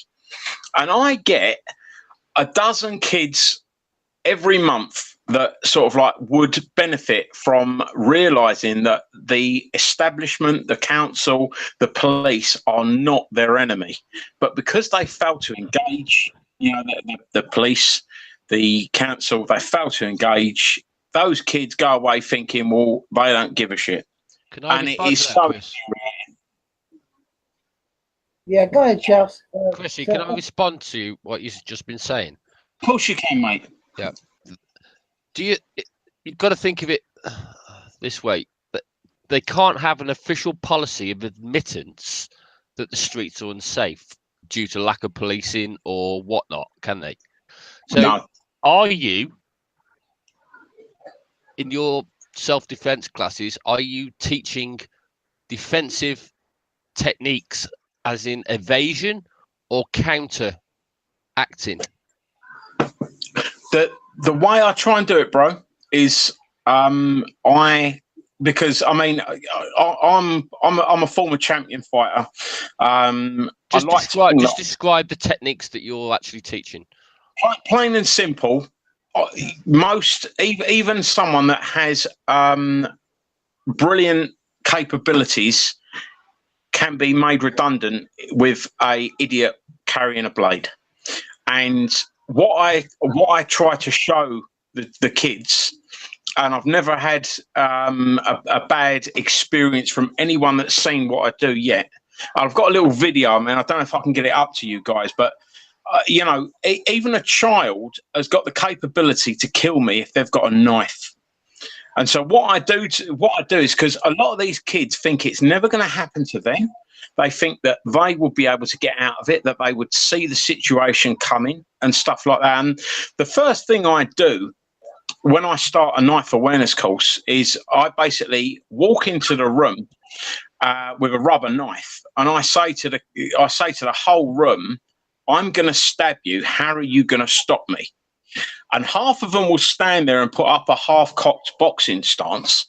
The other half will look around themselves, and very few of them will look to walk out of the fire exit that's behind them. And the ones that walk out the fire exit are the ones I congratulate, because even if you've got capability and confidence to deal with a knife situation, you shouldn't even be there. Exactly. And that is what I'm trying to get across to them. And I'm saying to these kids, if you know someone that has a knife, that might have a knife or would consider using a knife, lose them as a friend. Because one day you might end up getting stabbed, you might stab something's going to go wrong. The whole presence of the knife is the thing you need to take away. Yeah, okay. And, sorry, bro. Yeah, I was going to stay on track here, otherwise I lose my train of thought. The point I'm making is, in the eyes of the council or local authorities, they don't want to be perceived as supporting a non-regulated class, or what they suspect is untrained or uncertificated because of insurance reasons as well. You did make a good point of them. Yeah, you're pointing out common sense where, you know, teaching the method of you should run away. So then they don't want the situation to stop. Exactly, I know. But have you explained that to them? Yes, at length. What was their response? Practically nothing. Oh, okay, we'll send someone along. Okay, I'll get someone to call you. I've got quite a few of the phone calls because, you know, I've done one and I got no response back. I've done another, I got no response back. And then the third time I've done it, I thought, you know what? I don't think I'm going to get a response back. So I'm going to video me calling them, asking them, do they want to come along and can they help? You know, and I've got the call somewhere, and it's all, you know, they're more interested in charging me £100 to book a hall than they are about, you know, sort of like helping what they see to be hoodlums, you know, teenage hoodlums. Because, you know, it's just a mindset that they can't accept that there is a problem, and there is quite a big problem. Well, they can't admit it then, can they? Are you able to do that in your gym? Yeah, I mean, I've got quite a small gym. My gym fits. I mean, 12 would be comfortable. Anything more than that, at the knife awareness courses, you know, I can get up to 20. And the problem I've got is that you need a lot of space and a few exits, and I've got 2 exits at my gym. So, you know, and the most important thing that I'm trying to get across to the kids, the way not to get stabbed and to be a victim is to not be there. So when I walk into my small gym that is limited in size, you know, there isn't as much chance to get through to them, that they need to exit that place because it's a small space and an exit isn't quite as viable as if you was in a big gym, you know, in a big sports hall. It's just one of those things where you just get the feeling that they aren't bothered, that it's, you know, going to be their kids. It's someone else's kids, and you know what they're not taken into account is that someone's getting hurt out there. You know, someone's going to be the victim of a stabbing, and as long as it's not their kids, they're not too bothered, and they think that, you know, their kids will be all right, and they're probably right, but you know, it's someone's child, and that's what taken into account, because stabbings don't happen to more affluent people usually. So I think my only fear, Chris, with all of this is that it's being deliberately done. Everything is. I think they want to escalate problems. Like to have the fear of, you know, reporting that people are out there getting stabbed, getting hurt by terrorist bombs and blah blah blah, and that is true. It is happening, but you know, if you look at the amount of stabbings there are compared to the amount of terrorist atrocities there are, you know, the stabbings are off the chart. You know, I'd probably say it's probably going to be 100 stabbings to every terrorist, you know, injury or death. Now, how much is being spent on that terrorism compared to how much is being spent on education and awareness for, you know, bladed crime? It's practically nothing. It's ridiculous. I mean, you can open any newspaper and see something about terrorism every day, but it's not often you open a paper and you see that, you know, there's a stabbing. The chances of your child being stabbed must be a few hundred times more likely than a terrorist atrocity, being hurt in a terrorist atrocity. But they're spending billions on terrorism, or are they spending billions claiming that it's on terrorism, which is actually being used to spy on the average citizen and see whether he's paying enough tax? And that is what really gets me. It's not about, you know, our younger people growing up under the threat of being attacked with blades. I see more of it than people because I'm in the gym game. You know, I deal with a lot of kids that think they're tough, and I'm doing my best to turn it round. But, you know, I'm fighting against the tide. And I see all this money thrown at sort of like terrorism and all these crimes that I know aren't as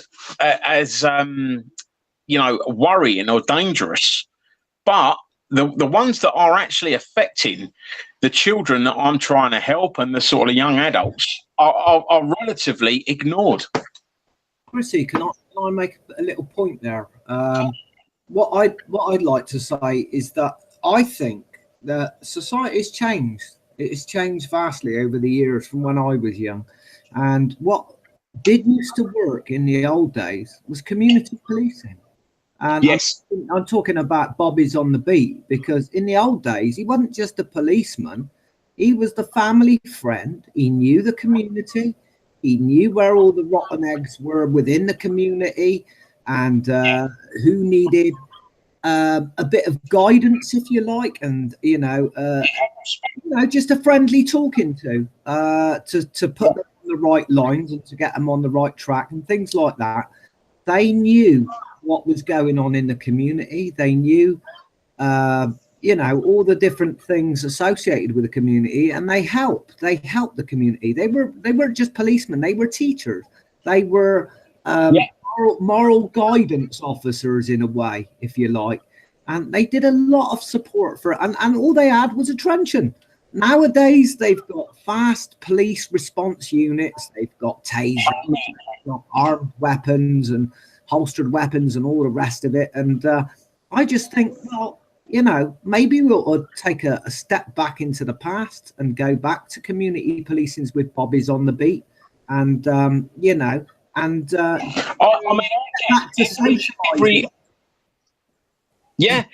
every month I get, you know, parents come to me and say, my boy has got a problem with that boy and he goes to your club. Or do you know that boy? Does he go to your club? And I end up getting two kids that are ready to stab each other into my gym with boxing gloves on. And I guarantee you, within 2 weeks, they will be friends. And I always say to them, you don't have to be enemies.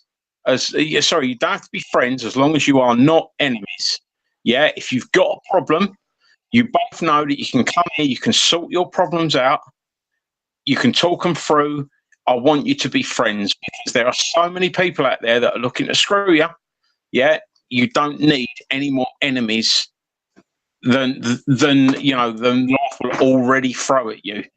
And those of our parents that have spoken to the old Bill and said to the old Bill, can you play, my son's being bullied, my son's being assaulted by that group, blah, blah, blah. And they're coming to me to sort their problems out. And, the more we do as a society to try and sort stuff out, the less the establishment that we pay taxes to help us with our problems are doing. Yeah. And I can remember sort of like pulling, and sorry to go off of subject, guys, but I can remember seeing an old boy mowing the lawn outside of his house. And I was in traffic, and I said, "You all right, mate? Do you want a hand?" I would have stopped and give him a hand and cut the rest of the grass for him. And he went, no, I'm all right, I'm all right. I said, "Mate," that ain't even your grass. And he went, "Yeah, the council won't cut it no more." And I thought to myself, you know what? The council won't cut that grass no more, because they've worked out you will. And you're still paying them to cut your grass. But they've now worked out that you're going to do the job they should be doing, and they're going to put that money that you've paid them to do that job into their pension and into their slush fund. Yeah. And that is happening all over the world now. Yeah, much the same with supermarkets, isn't it? Where they get people to go through the self-serve because people will do it happily instead of demanding service for I see where you're coming from with that. But I just think we need to go back, wind the country back, and look at what worked and what didn't work. And the past is a good guide, because if you take a look back, you only have to go back sort of 30 or 40 years when you had the community Bobby on the police on the beat, and they used to go around chatting to people. And we used to have one bloke who used to volunteer his time. Lovely bloke he was. Even when I was a kid, he used to give us a cigarette. They weren't, he used to give us a cigarette and have a chat to us. And when we were a bit off the rails and a bit naughty, he'd come along and have a chat to us and give us a cigarette. And, he's a nice, friendly bloke. He got talking to us. And he worked with the community. And that's what it's all about, as far as I'm concerned. Instead of them putting all their resources into these fancy cars and things like that the police have, what they should do is put it into more police and having the boys on the beat. This is the way I think it should go. But that's my take on it. Call me old-fashioned or whatever. I mean, I might be wrong, but that's just the way I see it, Chrissy. Okay, guys, it's gone on to about 2 hours now. We could sit here and talk forever about gun control and basically the fact that you don't need a gun to hurt somebody. And but since we've been going on for about 2 hours now, I probably start to wrap up and do our final thoughts. Chrissy, would you like to start, and then we'll go down the road and I'll say mine. Yeah, I mean, basically, my final thought on it all would be, and I come back to this almost every time, is education. If you educate the younger generation to have respect for weapons, I mean, what makes I've done this one earlier today with someone. A surgeon's scalpel is a very, very useful tool. It has saved so many lives. A surgeon's scalpel used by a surgeon in the right situation can save lives, but in the hands of a criminal, it can end lives. And that is the same with guns. Sadly, there are people out there that don't understand any other language other than violence. It's a horrible thing to admit, but that is very true. We need guns. We do need guns. But they need to be in the hands of the people that are educated and respectful and moral. And by taking those guns away from moral people and leaving them into the hands of the, you know, of people that have been given them arbitrarily by job role, that is the problem I've got. I mean, the more police that are there as goons to do a job that will be given guns would be the worry. You need to look at the countries that have access, you know, that the public have access to weapons, but have low death rates, and you need to start copying that. As I said earlier, I'm not sure that will work for America, because America will need a large home population. The biggest standing army in the world will be the American people. And as the most powerful nation in the world, you know, it's getting to the point where other nations will have a pop at America just because they are at the top of the tree. We need to get everyone educated and to get everyone, you know, aware of the moral implications of gun use. That's me done. I agree. I quite agree. Jeff? Well, Lopi, I think personally the American people should be allowed to keep their weapons in their homes, especially for home defense. I would say that it's good against tyranny, like a tyrannous government, because I think that, in my opinion, the biggest murderers of the lot are governments. Tyrannical governments have killed far more people than any citizenry that have been armed. You know, and I think although it's sad to see that, you know, so many thousands of people per year or whatever die from guns, I think it's a good price to pay for the sake of not letting a tyrannous government get a foothold, because when a tyrannous government gets a foothold, you're going to have a hell of a lot more murders than that. And I'm talking, you know, times thousands. So that's the way I personally see it. I don't. I mean, I might be wrong, but I think personally that makes a lot more sense to me. Besides, like you said, there's the other advantages of having a gun, like, you know, defending your nation. If you're like Chrissy said earlier on about, you know, if you've got your armed forces overseas, then they're not a lot of help to you. So, you know, so you have to have an armed citizenry to defend your people while your armed forces are overseas. I just think it makes good sense, personally. I think Chrissy had a good, valid point there.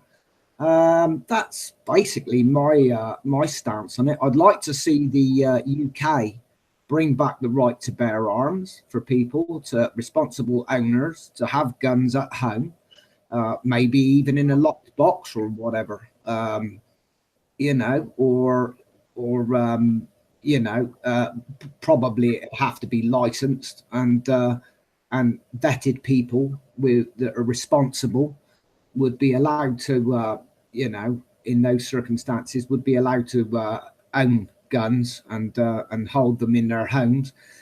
Probably not good to have people walking around carrying them on the streets, personally. But at home, I think it's a sensible thing to do, to have one.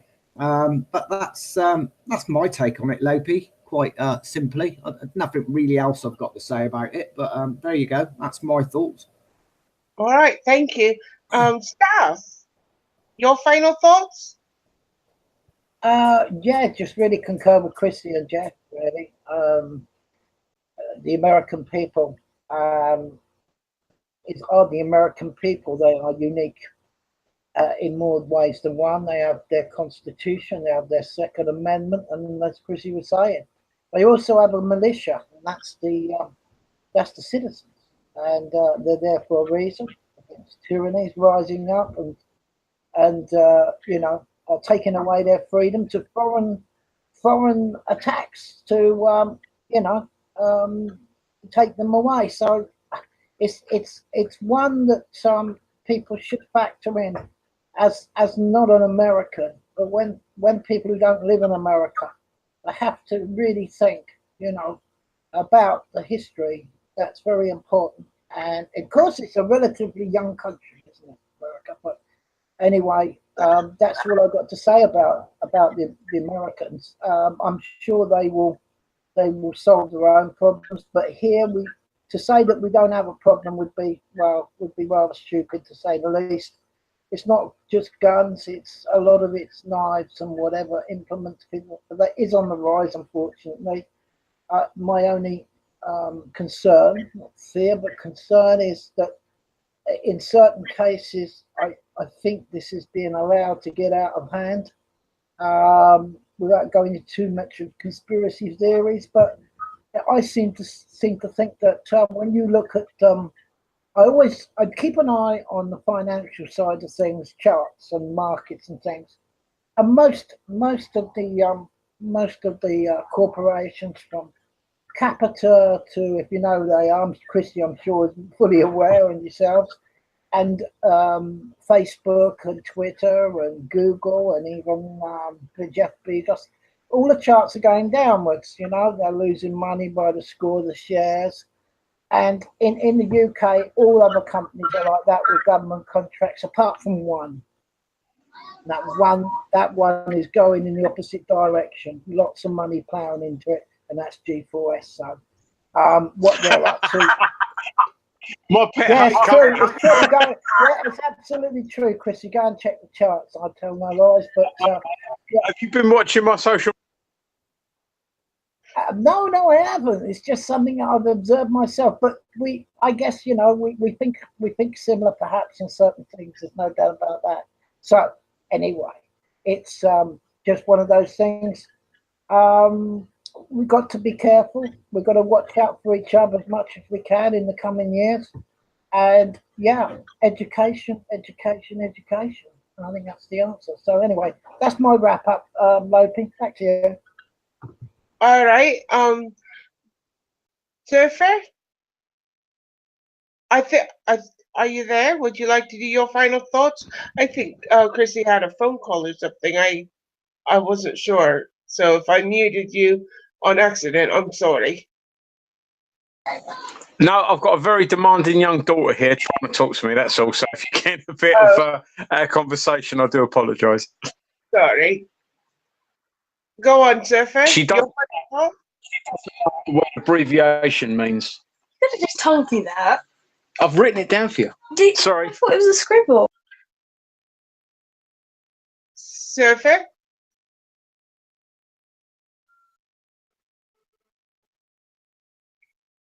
I think he was having a bit of audio, vocal problems. I'll go ahead and with my final thoughts. When the United States, the forefathers, wrote the Declaration of Independence and the Bill of Rights, it was written that the Second Amendment stated that all men should be able to bear arms, all Americans, to defend themselves from tyranny and the government. That is true. And it does not state the type of weapon.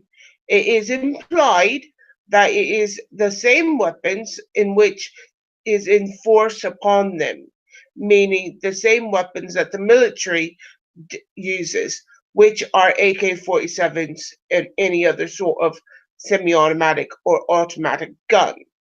Ergo, by restricting those and amending the Bill of Rights to eliminate any automatic weapon is against the Constitution and Bill of Rights, plain and simple. It is the forefathers wrote that because during the time, the military was able to come into your house, ransack, or stay in your house and do whatever they wanted. That was the British military that was still in America during the time. Hence the reason we had to have the Minutemen and American militia. The colonials needed that. So, yes, my final thought is we don't need to ban weapons. We do need to restrict certain weapons from civilians, or at least raise the age level of acquiring. We also need to have stricter laws on getting them.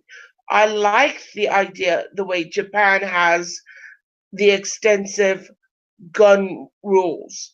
You have to keep doing your classes. You have to get a good shooting skill. You have to get have a certain psychological rate. You have to have, all these things regulated, constantly checked, in order for you to have a gun. It is so easy for any American to get a gun. All you have to do is pay a license fee and go to a class and learn to shoot a piece of paper, or if you're lucky, a china plate.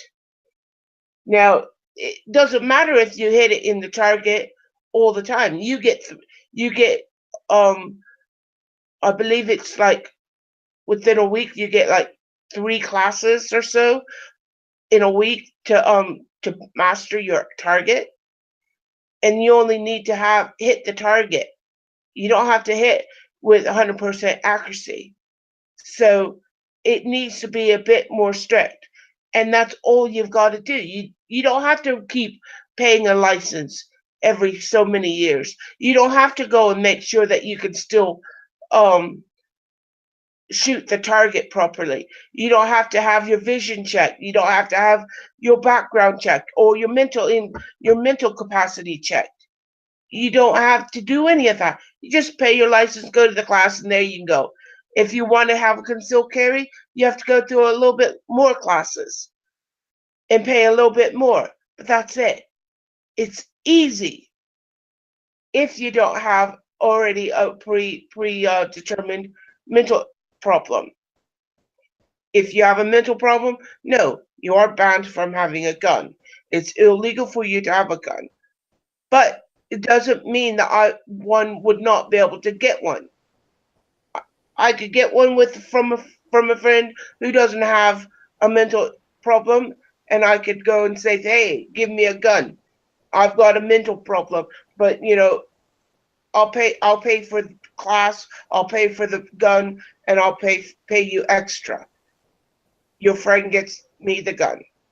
There you go. I got me a gun." So banning doesn't and restricting does not eliminate anyone but the good person, the one that doesn't have hate and evil in their heart. It restricts the good person. Bad people will still kill you. They'll use a knife, they'll use a plank of wood, they'll do anything. It doesn't matter. Banning, restricting, it's not going to change somebody getting killed. And I think that's about it. Happy Easter. Can I make one last point, please? Your love. Yeah, go on. Yeah. I can't remember who said it now, but there will never be any real peace on stolen land or land that can be stolen. And if you follow what I'm saying, people that are worried their stuff is going to be stolen, whether it be by the establishment, whether it be by other people, or people that are on the land that they deem there are hostile people on, they're never going to be fully secure, and a gun goes a long way to doing that. So, why do you think they're paranoid? Because they stole the land. Yes. And that's generational. Even if you didn't do it, if your forefathers did, you're still going to be worried that the you know, the next generation of the people that you stole that land from might come after you, because if you, you know, if you don't deem it to be yours, or you deem it to be able to be stolen from you, you are always going to want to defend it. And that is a massive problem, to sort of like take arms off of people. As I said earlier, you know, I think so many people are going to say, you know what, I'll give up my arms when everyone else gives up theirs. And it's just never going to be the way it'll happen. You want to hear something funny, Chrissy? Go on. I love funny stuff. My dad's side of the family came from French Huguenots. They came over to United States, and came one of his branch of family married the daughter of Chief Cornstalk. You've heard of the Mothman, right? Yes, Mothman prophecies. Yeah. Yes. Well, that's the legend of Chief Cornstalk. He's like my 6th or 8th great granddad. Right. My family itself had Minutemen. I don't think there was a generation that hadn't been in the military in our family since then. But speaking of hating people that stolen land and all that, my family should hate itself, because not only were they the white men involved, but they married the Indian princess who they stole the land from.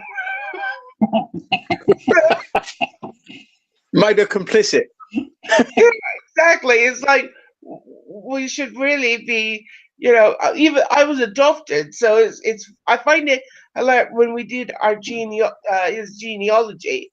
Yeah, we found all this all out, and we're like, whoa, you really are an oxymoron, aren't you? Very true. There you go. Happy Easter, everybody. LOPI, Angie, you guys, thank you very much. Always enjoy these chats. So we're here next Sunday. Oh yeah. More than likely. Wrapping up our season. Cheers. Anybody in the UK, anybody in the UK and England, anybody in the UK and England is go and join an archery club, because it's perfectly legal and lawful to have a bow and arrow. It's illegal to have a bow and arrow in your house and not practice on a holy day. Ah, yes, absolutely. So there we are with that thought. Cheers, Chrissy, and everybody else. I'm not there tonight, folks. I want to thank all our guests, Chrissy for coming on, and STAV and LOPI and Surfer. Thanks all. Cheers, guys, and a happy Easter to everybody. Thank you. It's been a pleasure. Thank you very much, guys. All the best. Cheers, Chrissy. Big love. Yeah. Bye.